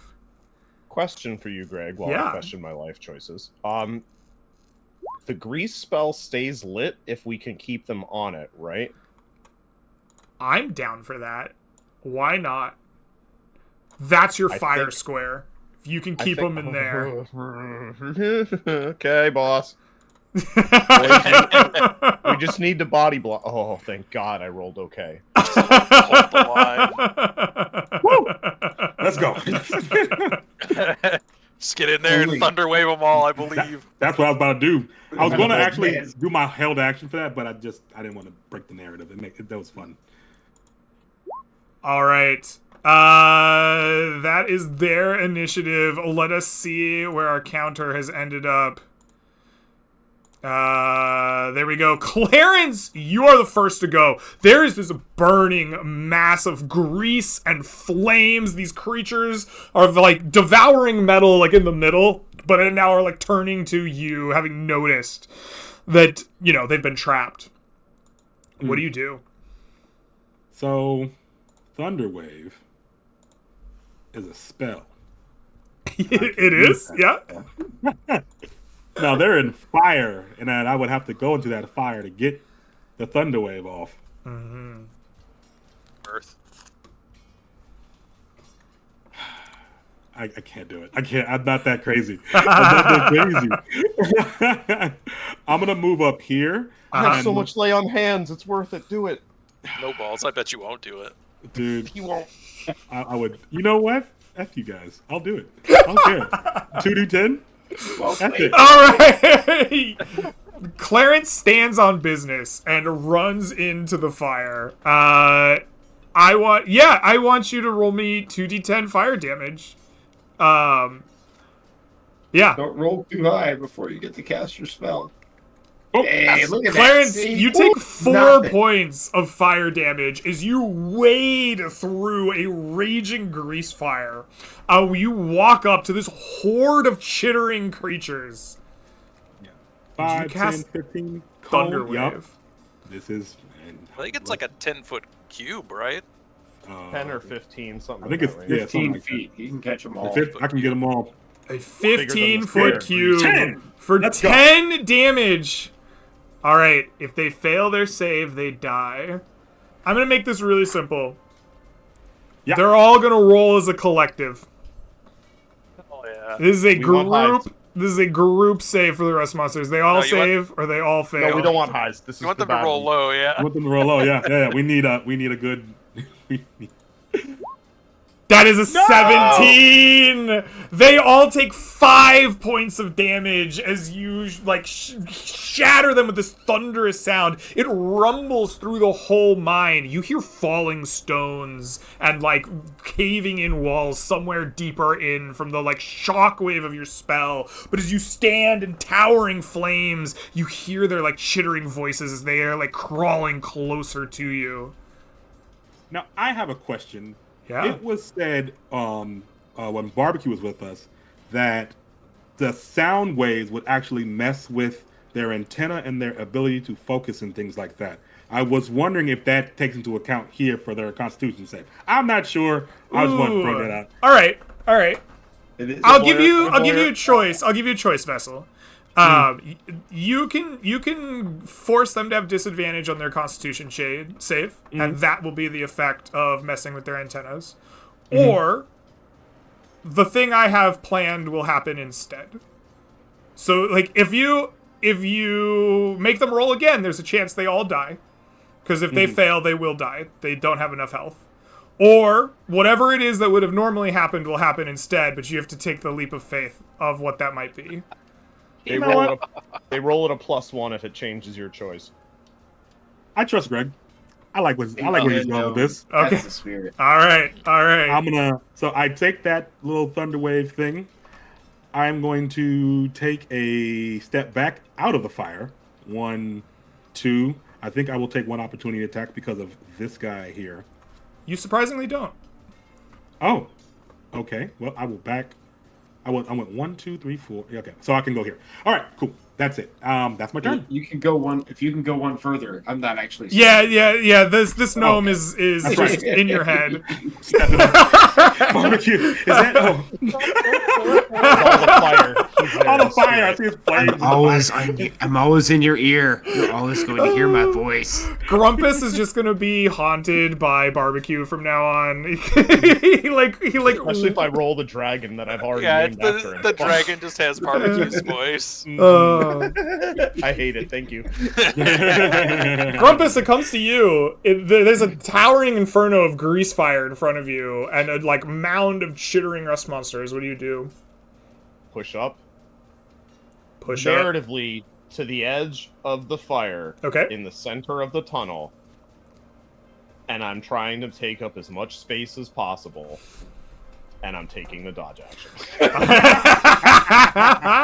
All right. Talon, it comes to you. What will you do? Talon is going to grab all of these wonderful sling bullets that he has and move over to here, and he's just going to spill them on the floor in front of him. Fucking He Home takes Alone 40 movie. sling bullets and goes, all these little metal bullets. All right. Poor man's ball bearings. You look into this grease fire after this thunder wave has happened, and you see a strange sight. These creatures seem to lose control of themselves, and they begin to fight the closest thing to them, which happens to be each other. Each of them attacks one of their friends. If any of them roll above a 14, this one's dead. No. Oh no. If this one attacks, this one lives. Alright, do 2, 3, 4 left. I'm just gonna roll them all in a row here. Actually, I'm gonna roll 2 at advantage. They're just all gonna count. A 7 and an 18.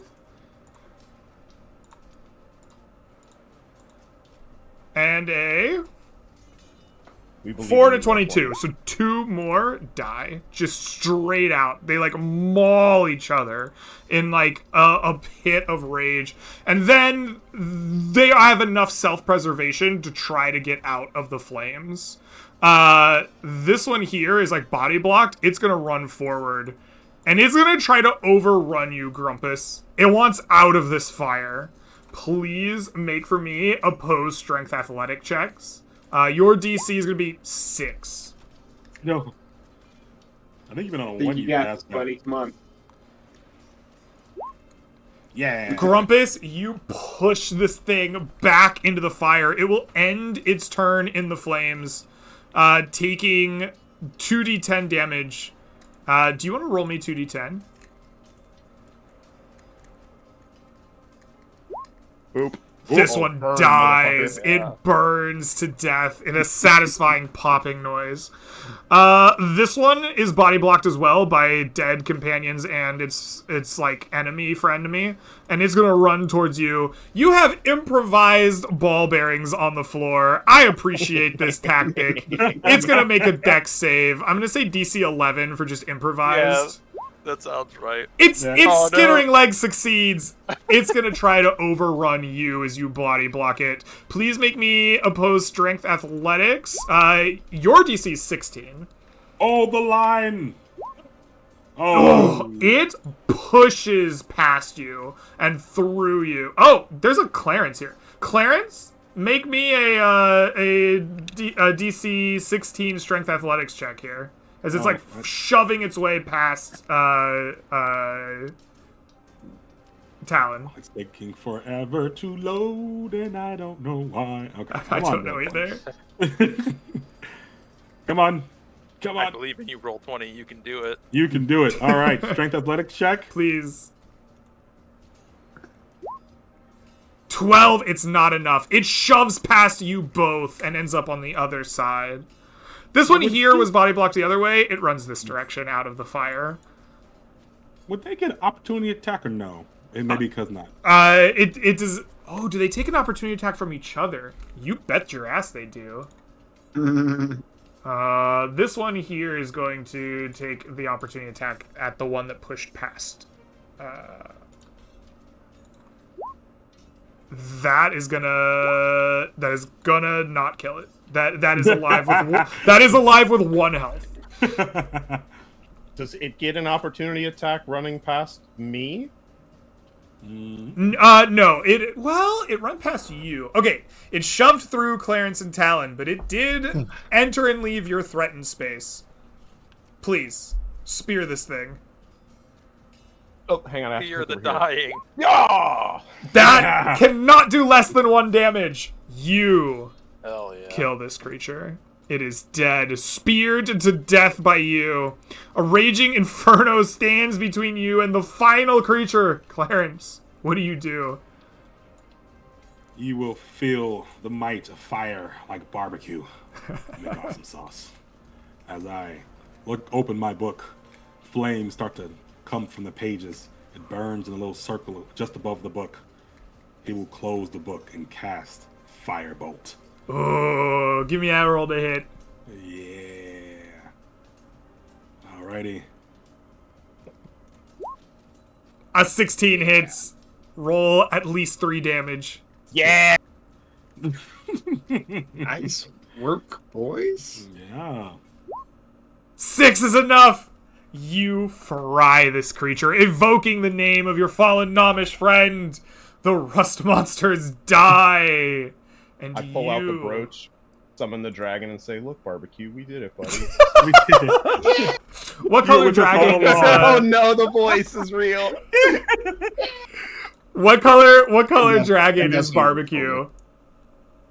Shadow, I'll leave it to you. It's your A name. red dragon. Absolutely a red dragon. Red dragon, alright. A red dragon about the size of like an iguana, like sits on your shoulder and like dances around and spits fire and does illusionary dragon things while talking to you like barbecue McAwesome sauce in your head. And I'm assuming, as part of the curse, I can't unsummon it, right? That would be really funny, but no. As a bonus action, you can dismiss your illusion. The next one will be cursed. That was the shinier one. All right, you guys have cleared out the rust monsters in this mine. This mine is now cleared. If you report back to Anchum, we will build ourselves a mine here. It is largely still intact and functional. It needs some metal replaced inside of it, but fortunately there's metal in the mine. You have done it. Is there resources we can gather to take back? We have probably space in one of the carts. Yeah, absolutely we do. Let us see what you find in here. Amongst the fallen rubble of a closed passage, the party finds an ancient humanoid corpse. Excavating the passage will reveal more collapsed tunnels. But amongst the many passages, you will find... I want you to each roll me 5d8 gold, and that includes our ghost. Oh, sweet. Yeah. Oh, Talon, why? Greg, I would like more information about the dead guy. Yeah, absolutely. It's Oh, I'm just like you, Talon. Never mind. Yep. Why are So we many like words. this? Oh, I didn't roll. Does my great weapon fighting apply to this roll? I got the words. Does one. not. You find 17, 21, 22, and 16 gold. That is 43, 60, 76 gold. Worth of just like valuables hidden away. Amongst them is a strange horn as well. Yeah. The corpse is like old and tattered. The bones seem like broken, as if it was crushed by the falling like stones of this passageway. A quick investigation that you do will reveal the tattered remains of a journal pinned beneath both bone and rock. I read it. Here you go, nerd. You heave and hoe and shove the rock out of the way, unpinning the journal, and you read it. It is ancient common. It's like reading Shakespeare a little bit, like all that old yeehaw. Ye of thee of thine, they of thee. Exactly. yeah. But you manage to get through it, and it reveals this to be the body of one Kermie Cluth, the owner-operator of a rock and roll mining company. Yeah.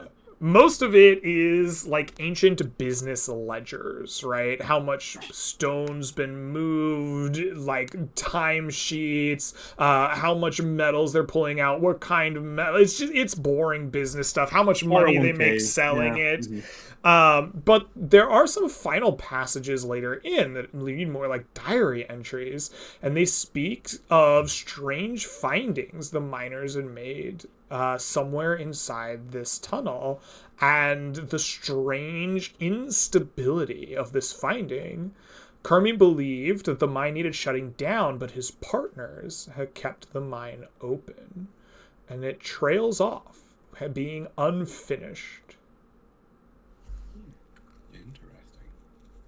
Clarence interesting enough that we should talk to a dead guy interesting? Or is this not worth talking to? This is not... It actually is interesting enough to talk to a dead guy, but I'll be honest.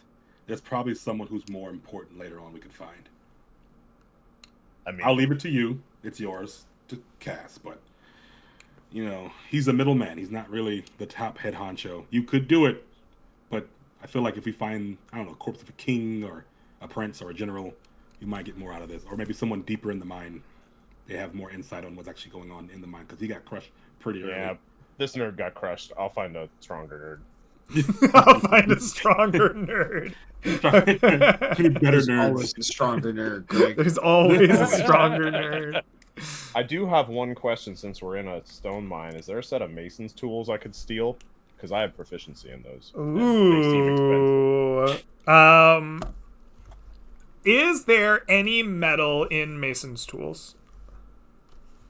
Greg, what are mason's tools? Great Yes. question. I'm assuming there's a hammer and a... I'm Yeah, thinking, yeah. Okay, let's look up Mason tools. To the internet. To the internet. Find like two weird handles. Ooh, nice. What is this wood supposed to be connected to? These special tools include the items needed to pursue a craft or trade. Proficiency of the set of artisans. Okay, these are artisans' tools. Mason's tools. How do masons... Trowel, hammer, chisel, brushes, and a square. Brow, hammer, chisel, brushes, and a square. Okay, so a square is probably made of metal of some kind, right? Because you manufacture those to be like really correct. I mean, it's stoneworking. I'm figuring most of them are probably metal. And I would assume like the hammer, the chisel. You find some nice brushes, probably. Good brushes. Yeah. Yeah, I would say you find like 1/6 of a of a mason's tools. You gotta use some like sick brush, or like definitely some old brushes. If you're like proficient in that, like you definitely can find some really cool things, right? Like the handles, the brushes, what's left behind. You can kind of like imagine the way like masonry was done in like some far off ancient civilization. Like these brushes aren't the brushes you're used to, but they like you could figure out how they work pretty quickly, right? And you're like, oh, they did it like this instead of like this, right? Like there's like some scholarly perhaps interest here mixed in with just like weird wooden handles and whatnot. I'll take the set or whatever is of the most full set that I can find, just for funsies and hobby purposes. You get 3 brushes. Hell yeah. All right. Short of finding resources, you boys got any other ideas for while we're down here? I mean, we technically still explored I guess that was our exploration. We found this mine. No, I would like to get home. We need to escape. Yes, escape. All right. Well, after finding and disposing of the abandoned mine, you are free once more to travel the world. You leave behind the entrance, the fire trap, and the broken equipment. You note it to be usable by Ansham proper. And you are once again in control of the game. Who amongst you will be party leader as you exit the mine? I think it's back to me. I think so. I explored to get here. But either way, I don't think any of us are going to say anything but go south and go home. Yeah. All right. Well, actually, we need to get food soon because we're going to start starving. Well, we have one more day of food. Mm-hmm. So we'll be have able better to get back. luck finding food in the plains or in the forest. You know what? Anything You're right. happens. We should be fine. Copium becomes hopium. Okay. This is your last day of rations. Yes, so we'll have one more if day you to get back. Get to the Hampshire. end of the night, then you'll have one more day to get back. So you'll be okay. We're fine. Yeah. Copium. Don't roll 100. Copium. All right. Just go. Roll 100 in the hills. You'll be fine. So, Grumpus, is this the hex we're moving to? Yeah, Galactic down, please. Absolutely. Galactic down it is. You wander down away from the mountains through the hills. It costs you 1 exploration point for moving through a hex and 2 for moving through the hills. They cost additional. You find it to be tiresome work back down out of the mountains through the same kind of twisting caverns that you did before. Do you wish to move safely and securely this day? Yeah, I never ever say that, and I probably should have. All right. Minus that 10 will from my bring roll. your cost up to 4, leaving you with 0 at the end of this movement. Tell me, what is the mood like? What is it that you are doing and feeling as you lead your way through these dusty hills back towards Ansham? I mean, Grumpus is happy he's alive. Mm-hmm. I think he's happy, despite this chirpy little dragon thing that we've found. It was a relatively successful journey. All right. Oh, yeah, we also lost somebody. We should probably continue to live on the memory of little chirpy dragon boy barbecued in the awesome sauce. But otherwise, you know, we've All still right. got Beethoven and Ethel and, oh, God, Agnes. Magnus, of course. Thank you. And, the stables are still doing well, I'm assuming. Grumpus isn't good. Like one day. Absolutely. All right. I would like for you to roll me a D100 then, as you're feeling these things, leading your party through the dusty hills. D100 minus 10, actually, for your cautious movement. We'll see if you encounter something along the way. That is Minus 10. 84. That could have been really bad. Alrighty, Man, this is a great adventure. I want you to roll me. Oh yeah, 94 would have been bad. I want you to roll me a d10, please. Actually, 2 d10s and take the better for your surprise roll. You roll me a 10, please. Roll that. I 10 will. and I'm just gonna roll run 2 away of from them the right fight. now. No, 8's pretty Eight's good. okay. We'll take an Okay. 8. We'll take an 8. We'll take an 8, We boys. will take that 8. All right. Let us look exactly what an 8 is on our surprise here. You get vision first. The monsters are not surprised, but you see them first. You see a large rust monster. It is bigger than any of the ones in the, like, tunnel of that mine. And it's like has more bulbous chitinous pieces on it. It looks almost more mature, or it has some kind of higher value to it. Like it might have more XP. But as you appear at this large thing, I want the 3 of you to give me a contest of perception to see who will get to declare a action first. You know, that's pretty good. Pretty bad. 18 from Talon, not bad. Okay. All right. Clarence, no, you are not. Talon, you are the one that sees this first, and you are the first to react. At the start of initiative, I will give you 1 prepared action to begin combat. Please, as you happen upon this large rust monster queen, what do you do? What do you prepare to begin combat? I think I prepare an attack because I can't mark it and then attack with this thing. So I'll attack, and then on my turn, I'll mark it. Okay, absolutely. You will prepare an attack with your bloody bow. With that happening, I want all of you to roll me initiative. I like that roll right there, Greg. That That's was a good roll. roll. Yeah, Great you roll. appreciate that one, huh? Of course, yeah. Okay, I miss, surprise, surprise. All right. Surprise. At the start of initiative order, Talon, you just throw your bow, like you spray out this like shot, and unfortunately, the hide of a queen is just thicker, more difficult to penetrate than the hide of the normal rust monsters, and your bow does not strike true. It just like thunks into their hide. Clarence, I think yeah. he'll call out after shooting, "Spread out!" All right. Pew Pew page comes up. Everybody, brace yourself. Clarence, it comes to you. You spread out your book. The pew pew pews go flying for 8 points of damage, bringing us to this amount. The creature reels back and it like screeches. It's like chittering mouth, like does that clicking noise that some of those big birds do, as if it's trying to intimidate you. But it holds solid. Talon, it comes to you. What will you do? Take the high ground, which gives me no tactical advantage whatsoever. Cast Hunter's Mark, and then try to shoot it.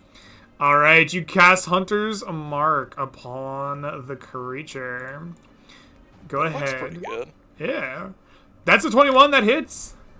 Good hit. All right. For 10 10 points points of damage. All right. of damage. That is enough to bloody said creature. Excellent. Grumpus, it comes to you. What will you do? So you're saying there's a chance? There's a chance. Grumpus really wants this bad. Is it smiting time? I think this is where my 20 is going to come in, boys. I think it's time. It's got to. It's been all game. You haven't gotten one. Grumpus says no shield of faith. No nothing. Oh, brother. It's smiting time. I Oh, got one baby. shot, one opportunity. And an 18 Okay. hit. Ooh. You hit. For 6 points of damage, would you like to expend a smite? Even though it's not a crit. Yeah. Yeah. All right. Let's obligatory. We have to do this. You call out to the warrior, and he blesses your weapon with the divine smite. Please roll me. I believe it's 2d8. Yes, 2d8 radiant damage. You strike this thing with a thunderous spear, imbued with the divine light of the warrior. And you strike it square between the eyes. The force of your blow shatters its chitinous like helmet. You see its like whole face just like collapse inward, and it begins to pour out in like a fiery blaze of acid. Grumpus, I need you to make me a dexterity saving throw. Get out of there, Grumpus! Get out! Do it, buddy! He's fucking dead! That is a success. Please take from me half of 6 points of fire damage from the like burning innards of this creature as it dies at your feet. Grumpus Battle takes is a few over. steps back, points to his boy Clarence up on the hill, points to his boy Talon up on the hill, and then just sits down and goes, "Oh god." I unsummon barbecue. I unsummon barbecue. It needs to be quiet for a moment. I don't need this right now. I just need a second. That could have gone poorly. That could have gone. Can I explore the body? I meant to explore the body of the other rust mouse. I want to explore. Careful, it's spicy. I know. That's what I'm curious about. What's happening there? Absolutely. The interior of this creature seems to be molten, almost like unfinished, right? Almost like as if the hide carries like something weird inside, something like that hasn't finished properly forming. As you fish around inside of it, you find clumps of what are essentially elemental energies. They are like unfinished primordial forms of the plane of Earth. In these states, they're not useful for anything, but like people will buy them from you, especially now that you have an enchanter's study. Like maybe somebody more proficient can use them for something. Go ahead and roll me 5d8. All right, let's see if I do good this time. 8. 30 something. Come on, right now. Oh, that's not a D, that's an F. Okay, that makes sense. 21. These are worth 210 gold. Yeah. That's huge. That's big. It's big money. Small chungus energy. Let's do this. I've never seen that much money in one place before. Grumpus spent that much in the tent, buds. Like, come on. Stick with us, kids. You're going to get a bunch of money. All right. Well, that's good. And I'm going to document all this in my separate book about all this stuff that we found. You know, I'm going to document every monster we find, and I have my own little monsters of the mists, and I'm going to categorize them and the weird differences between the homeland and here, and make sure it's like a compilation kind of thing where everybody can see, oh crap, these monsters over here suck.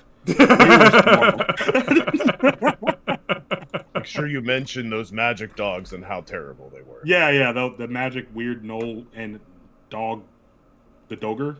Is your book gonna have lots of pictures in it? Yes, he has been drawing them as well. I'll buy one from you when it's done, please. I'll give lots you, of pictures. I'll give you the little version. This one hit hard, and this one you hit with fire. Got it. Got you. Perfect. This one you hit hard, and this one you hit with fire. Yeah. I like that. That's good. It's like adventuring for dummies, like the For Dummies series. You don't need to read much. You just need to see. Fire plus its equals win. Good. Very good. It's making baby's first monster manual. Yeah. Inside a little baby half over with a club. God. All right. Love it. after you spend some moments drawing in your book and discussing the flames of your youth, you realize, or Greg realizes, that you actually are out of exploration points, and we don't need the map right now. As the day winds down to an end, your careful, laborious trekking through these hills has once again tired you out and used up most of your day. I think we've had... What? We had Rumble lead and Clarence lead, right? So now Talon, that leaves you in the night. As you are forced to make camp once more out here in these dusty hills. I want you to roll on the camp encounter table for me. Give me that D100. I can do that. That is a 25. That is the most boring of results. Heck yeah. Let's go. Peaceful Let's night. fucking go. Yeah, your night We is love this peaceful. game. Oh man! Oh dog! You're just gonna have to suffer, Greg. I'm sorry. Yeah, I was trying really hard for that one. Yeah, your night passes peacefully and restfully. I want each of you to mark me a ration. I believe that is your last one. Yes. But you consume it well, drink some water, eat some food, bind your wounds. You get a camp rest. You may spend any number of hit dice that remain in your pool to recover HP. You may How's regain everyone- any... Sorry, Greg. Finish your thing, sorry. You may regain any spells or class features associated with a long rest in the player's handbook. You will also be refreshed from any mark of the grave on you, but exhaustion and wounds will not be healed. Does anyone need a little bit of a top off with the lay on hands I have from today? No, I am at peak performance as always. I have 8 of HP, thank you. Yes.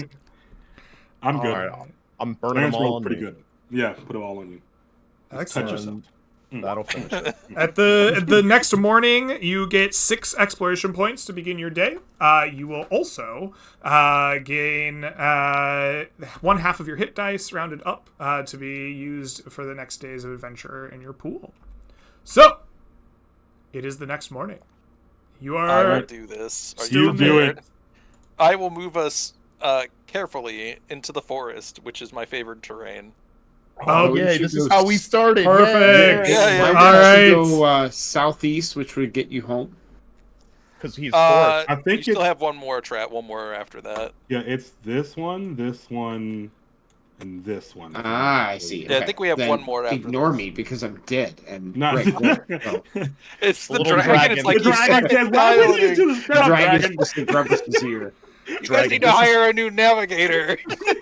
All right. This is a map. That's how the names work. You buddy. move cautiously I and built fire slowly on the into map the and burn it. Mistwood, where you are a natural explorer. You're perfectly at home as your ranger background. Go ahead and roll me that D100 as you explore familiar terrain past your game trail, and roll it -10 for me since you're moving so cautiously. You know, you guys, it would be really funny if I rolled an exact 100 on this die, wouldn't it? 99. Let's do it. I want the Oh, 79. it's so close. Oh god, this is horrible. All I right. just want to go home. We are past the Tarnished Hills. We are so in close, the buddy. Mistwood. So A close. 76 has been rolled on the dice. A Show me 76. Shimmerstone. Oh my goodness, Ranger Talon. You are walking through. Perhaps you're being too cautious about Oh, monsters no. and enemies. Because as you step, a fallen log splits underfoot. And fungal spores are released into the party. Tell me how you overcome or avoid this cloud of fungal spores, or all of you will take 1 wound. Just breathe it in, buddy. Just breathe it in, sir. The spores again. Someone goes, "Oh no, it's coming back again! Take cover! Get down!" You rip All your right. top layer of leather armor off. Well, I try to dodge it first, and You when I inevitably fail, shout then I am and you sure. take cover, and the party follows suit, diving down to the log that is spewing fungal spores. Go ahead and give me a dexterity saving throw, all of you. DC 13. Come on, y'all. We got this. We got this. Come on. Buddy. Oh, Aw. Nope. My armor explodes off. What happened again? Oof, it's just gone. And Roll20s is giving me the business. If Roll20's been giving me the business all night. I feel that. Oh. Ugh. Come on, I just need to roll. For those of All you right. who fail DC 13, you will take 1 wound. As has been hinted at, when you take a wound in the mist, you may choose to damage your armor. Describe to me how damaging your armor by 1 will not mitigate, but eliminate you taking that wound. If our piece of armor falls to DC 10 or lower, it is considered destroyed. Thus, the meme of Talon, who immediately takes one of his 3 pieces of leather armor he bought, tears it to shreds and wraps it around his face as he dives, shirtless into the fallen log to protect him with like a mask from inhaling the fungus. You will not take a wound, but please mark 1 of your leather armors is destroyed. What was the DC? The DC was 13. Ah, We all sucked. wounded. Vessel, wounded as well. Clarence, are you just taking the wound? I don't have. I got robes. I can't do anything. Perfect. Grumpus will also take the wound. We're almost Grumpus done. will also take the wound. All right, you are wounded. Please reduce your max HP by 1/2 of the value of your hit dice. All right. Guys, want to explore one last time before we head home. Maybe we could get some wood. Easy bastard. Just go home. Do it. Do it. I'm exploring And do the it. hex. Make sure Pull we Strange. the make sure- mega and roll the 100. I Do it. Don't roll carefully. We have to get. Oh, I 100 know. That's tonight, that. I'm right? rolling careful. I don't give a damn. All right. After Yeah, arriving easy. in this hex full of fungus in your chest, you decide to explore 61. once more. You roll upon the encounter table, giving us a 61 here in this hex as you wander about. Let me see what that entails for us. A 61 is already taken in this area. Okay. Yes, you come to a similar clearing of fallen dry trees that have been harvested. No. But you have already harvested them specifically in this hex on the way Ah, through. no. So this encounter is null. But you are making a discovery roll here in the Mistwoods. Go ahead and roll me. How are you searching? What is you've rolled your encounter table, but describe how you're searching this hex. What is it that you're doing? You know, I'm gonna do something a little different this time. So I used my beeping divining rod, whatever the hell it's called when you're at the beach looking for treasure, item before. I'm gonna do history and look at exactly what I saw before and just go to a different spot. Go to somewhere I haven't seen before. Look for new things. Go ahead and give So- me a history intelligence check. 16. 16 Good roll. is a success. So we have a game trail and wood in this hex. So what else can we find here? This hex is done, brother. We're not having anything else. Yeah, brother. In fact, what number is this hex again? Hold on, this is number. In fact, you find this hex is tapped. It's not that you don't find anything, it's that you have found all notable things in this hex. You know, that's good to know. We can note that, guys. And Yeah. we don't have to search this hex again. I mean, there's a game trail that needs finished, but this Yeah. hex has given up the ghost. Cool. Yeah. Well, that's good. All right, Rumble, it's on you.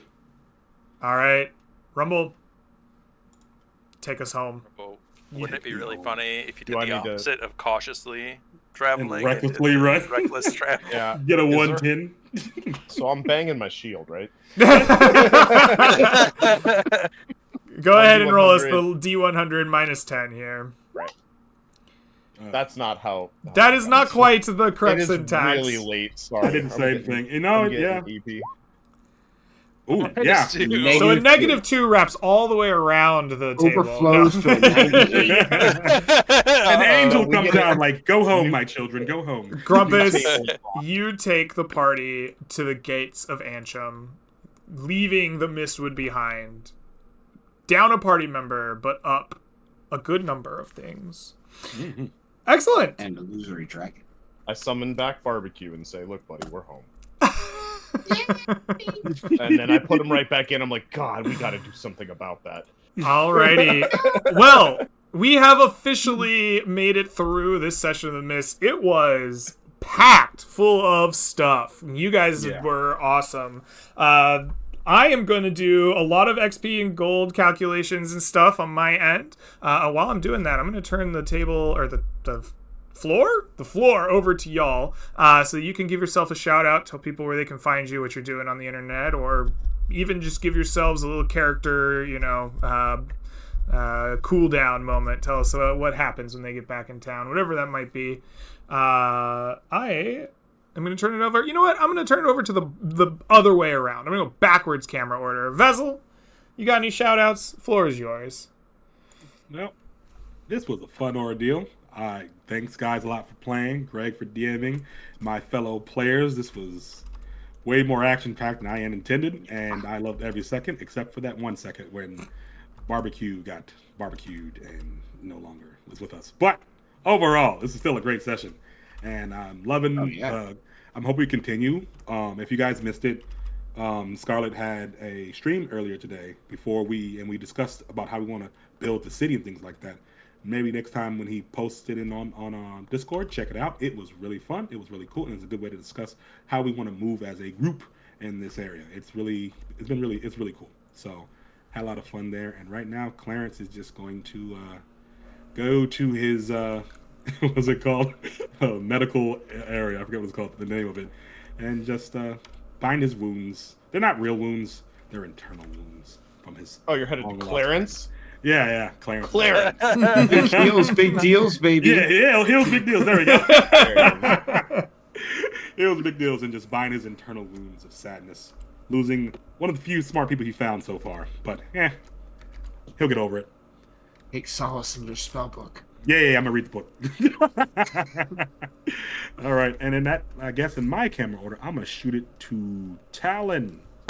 Soul 669.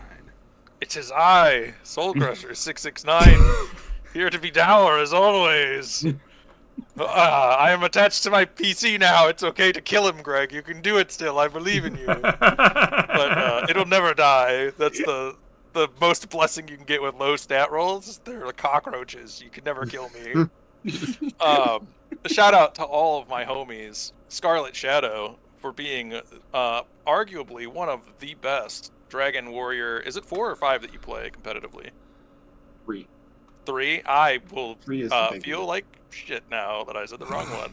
Arguably one of the best Dragon Warrior 3 competitive players in the world who streams that. Dang, that's sick. And I think you're welcome. I think Talon he's fucking cursed, man. I don't know if you guys noticed, but 5, I believe, maybe it's 4 out of the 6 or 7 encounters we got today were Talon of the combat encounters. You know, it happens. We all have those days. Yours just happens a lot more than most. It's every day. Oh, take it away, Shadow.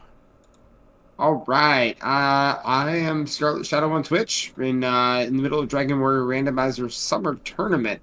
I made it to the round of 8. I swept the great Ness Cardinality multi-world record holder for on a multiple fucking Dragon Warrior cursed games. seed. Oh I my saw that gosh. second race. That was nuts. That was fun. It was a lot of fun. And now I'm up against whoever wins out of 2 former champions in the next round, so it should be a blast. I have one more thing left to do here today, and that's roll up a new set of stats, boys. 4061 coming in. 13. How many Pretty 18s good so got? far. How That's many bad 18s? now. Need to go the other way. Go up. Go up. Big ass. Oh, No, Six. wrong We're way. losing it. Wrong way. 11. All right, welcome to the This Low is the Stat character. Club. I love you, buddy. This is the character that will survive to level 3. You know it. Is it honey mustard or Revelroar, ranch? take it away.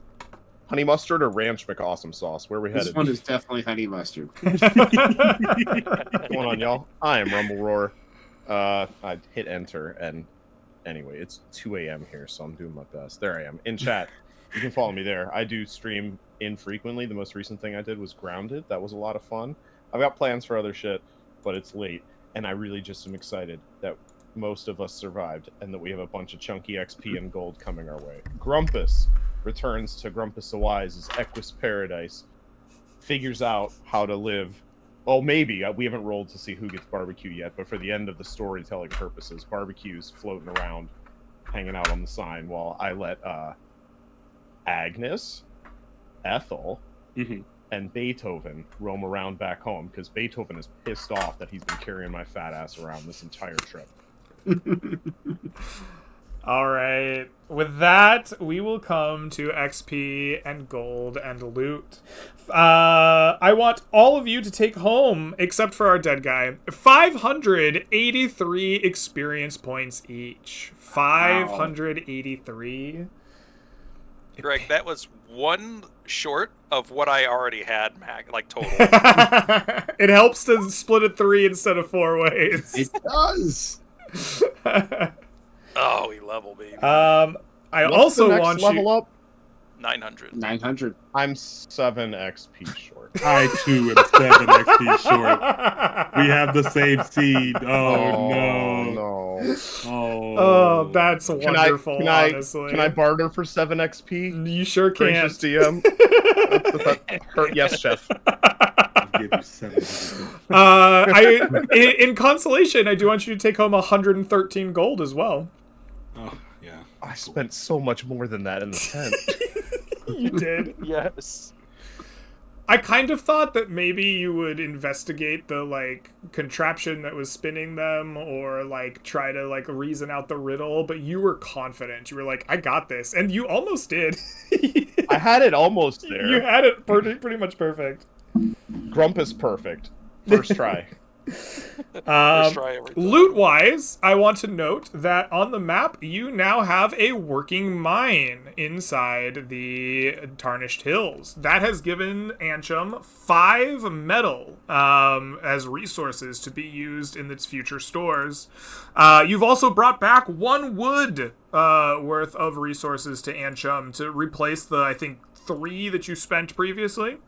So that should all be updated in the handouts if you want to look at it. But congratulations. You have 2 interesting items when it comes to loot. You have the Shoulder Dragon Brooch, or Brooch, however I'm going to say that. I promise I'll screw it up multiple times. Which does as described. It creates that illusory dragon of a color you want that does dragon things on your shoulder. You can dismiss the illusion, or you can have it breathe an elemental breath attack at somebody for 4 damage if they haven't already realized it's an illusion. And you can only use that once per day. The other item that you picked up was a horn that in the bottom of one of these mine shafts. This is a horn of blasting, just straight out of the book. Holy shit. The only downside of this horn is there's a large crack in it. This horn has a number of uses. You don't know how many uses. I do. If it breaks, it will unleash its effect at the point of the horn, right? Wherever the horn is, that is the point that is going to be the center of its effect. Essentially, it will blast you. But otherwise, it works fine until it breaks. It's fine until it doesn't. Yeah. Minus that 1 crippling defect. It is damaged. It has been damaged. But there is some number of uses that you can use a Horn of Blasting. So we'll start with the Shoulder Dragon Brooch. Who amongst you would like to lay claim to the Shoulder Dragon Brooch?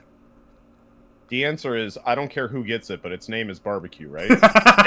Yeah. It's right? yours, man. You're cursed. You can. I have want it. you. Yeah, I have this book. I was gonna let one of you two take it. All right, Rumble. Good All right, old, Barbecue. good old barbecue will never leave Grumpus's side. That leaves the damaged horn of blasting. Who amongst you would like to lay claim to that? Yeah. I would. Yeah, Just I dumb think we enough all do. for Grumpus to want. All right. How much damage does it do on an implosion? Is it enough to just one shot everybody? Likely at this level. Okay. Not just checking. necessarily true, but very likely. Oh man, I'm great at rolling. Nope. That'll do it. I'll do it. Unfortunate. Grumpus had good rolls on the last loop too. It actually goes to the person who should have it, the frontliner. So if you're a normal person, you take 5d6 thunder damage. If you are an object that is made of glass or crystal or otherwise vulnerable to thunder damage, you take 10d6. Okay, Worth it. it's not too bad. That's not. So you're saying I have a fireball? Okay. Yeah, you could fireball yourself in the face. Hey, All right. I still will haven't do it. seen the rolls on my end, but it sounds like Oh. you guys have seen it. Rumble says Rumble. 49. So, Rumble, excellent. The horn of blasting is yours. It is damaged. put that it's broken. Yeah. It is damaged. It works. It just has a number of uses until it breaks. Excellent. With that, I will bring our session to a close. Thank you all so much for playing with me. People in Twitch chat, thank you for watching. I hope you have all enjoyed yourselves as much as I have enjoyed myself. This has been a lot of fun. I hope to see you guys next time. Until then, have a great rest of your day, night, week, or whatever it is. Until I do see you again. Peace, everybody. Bye.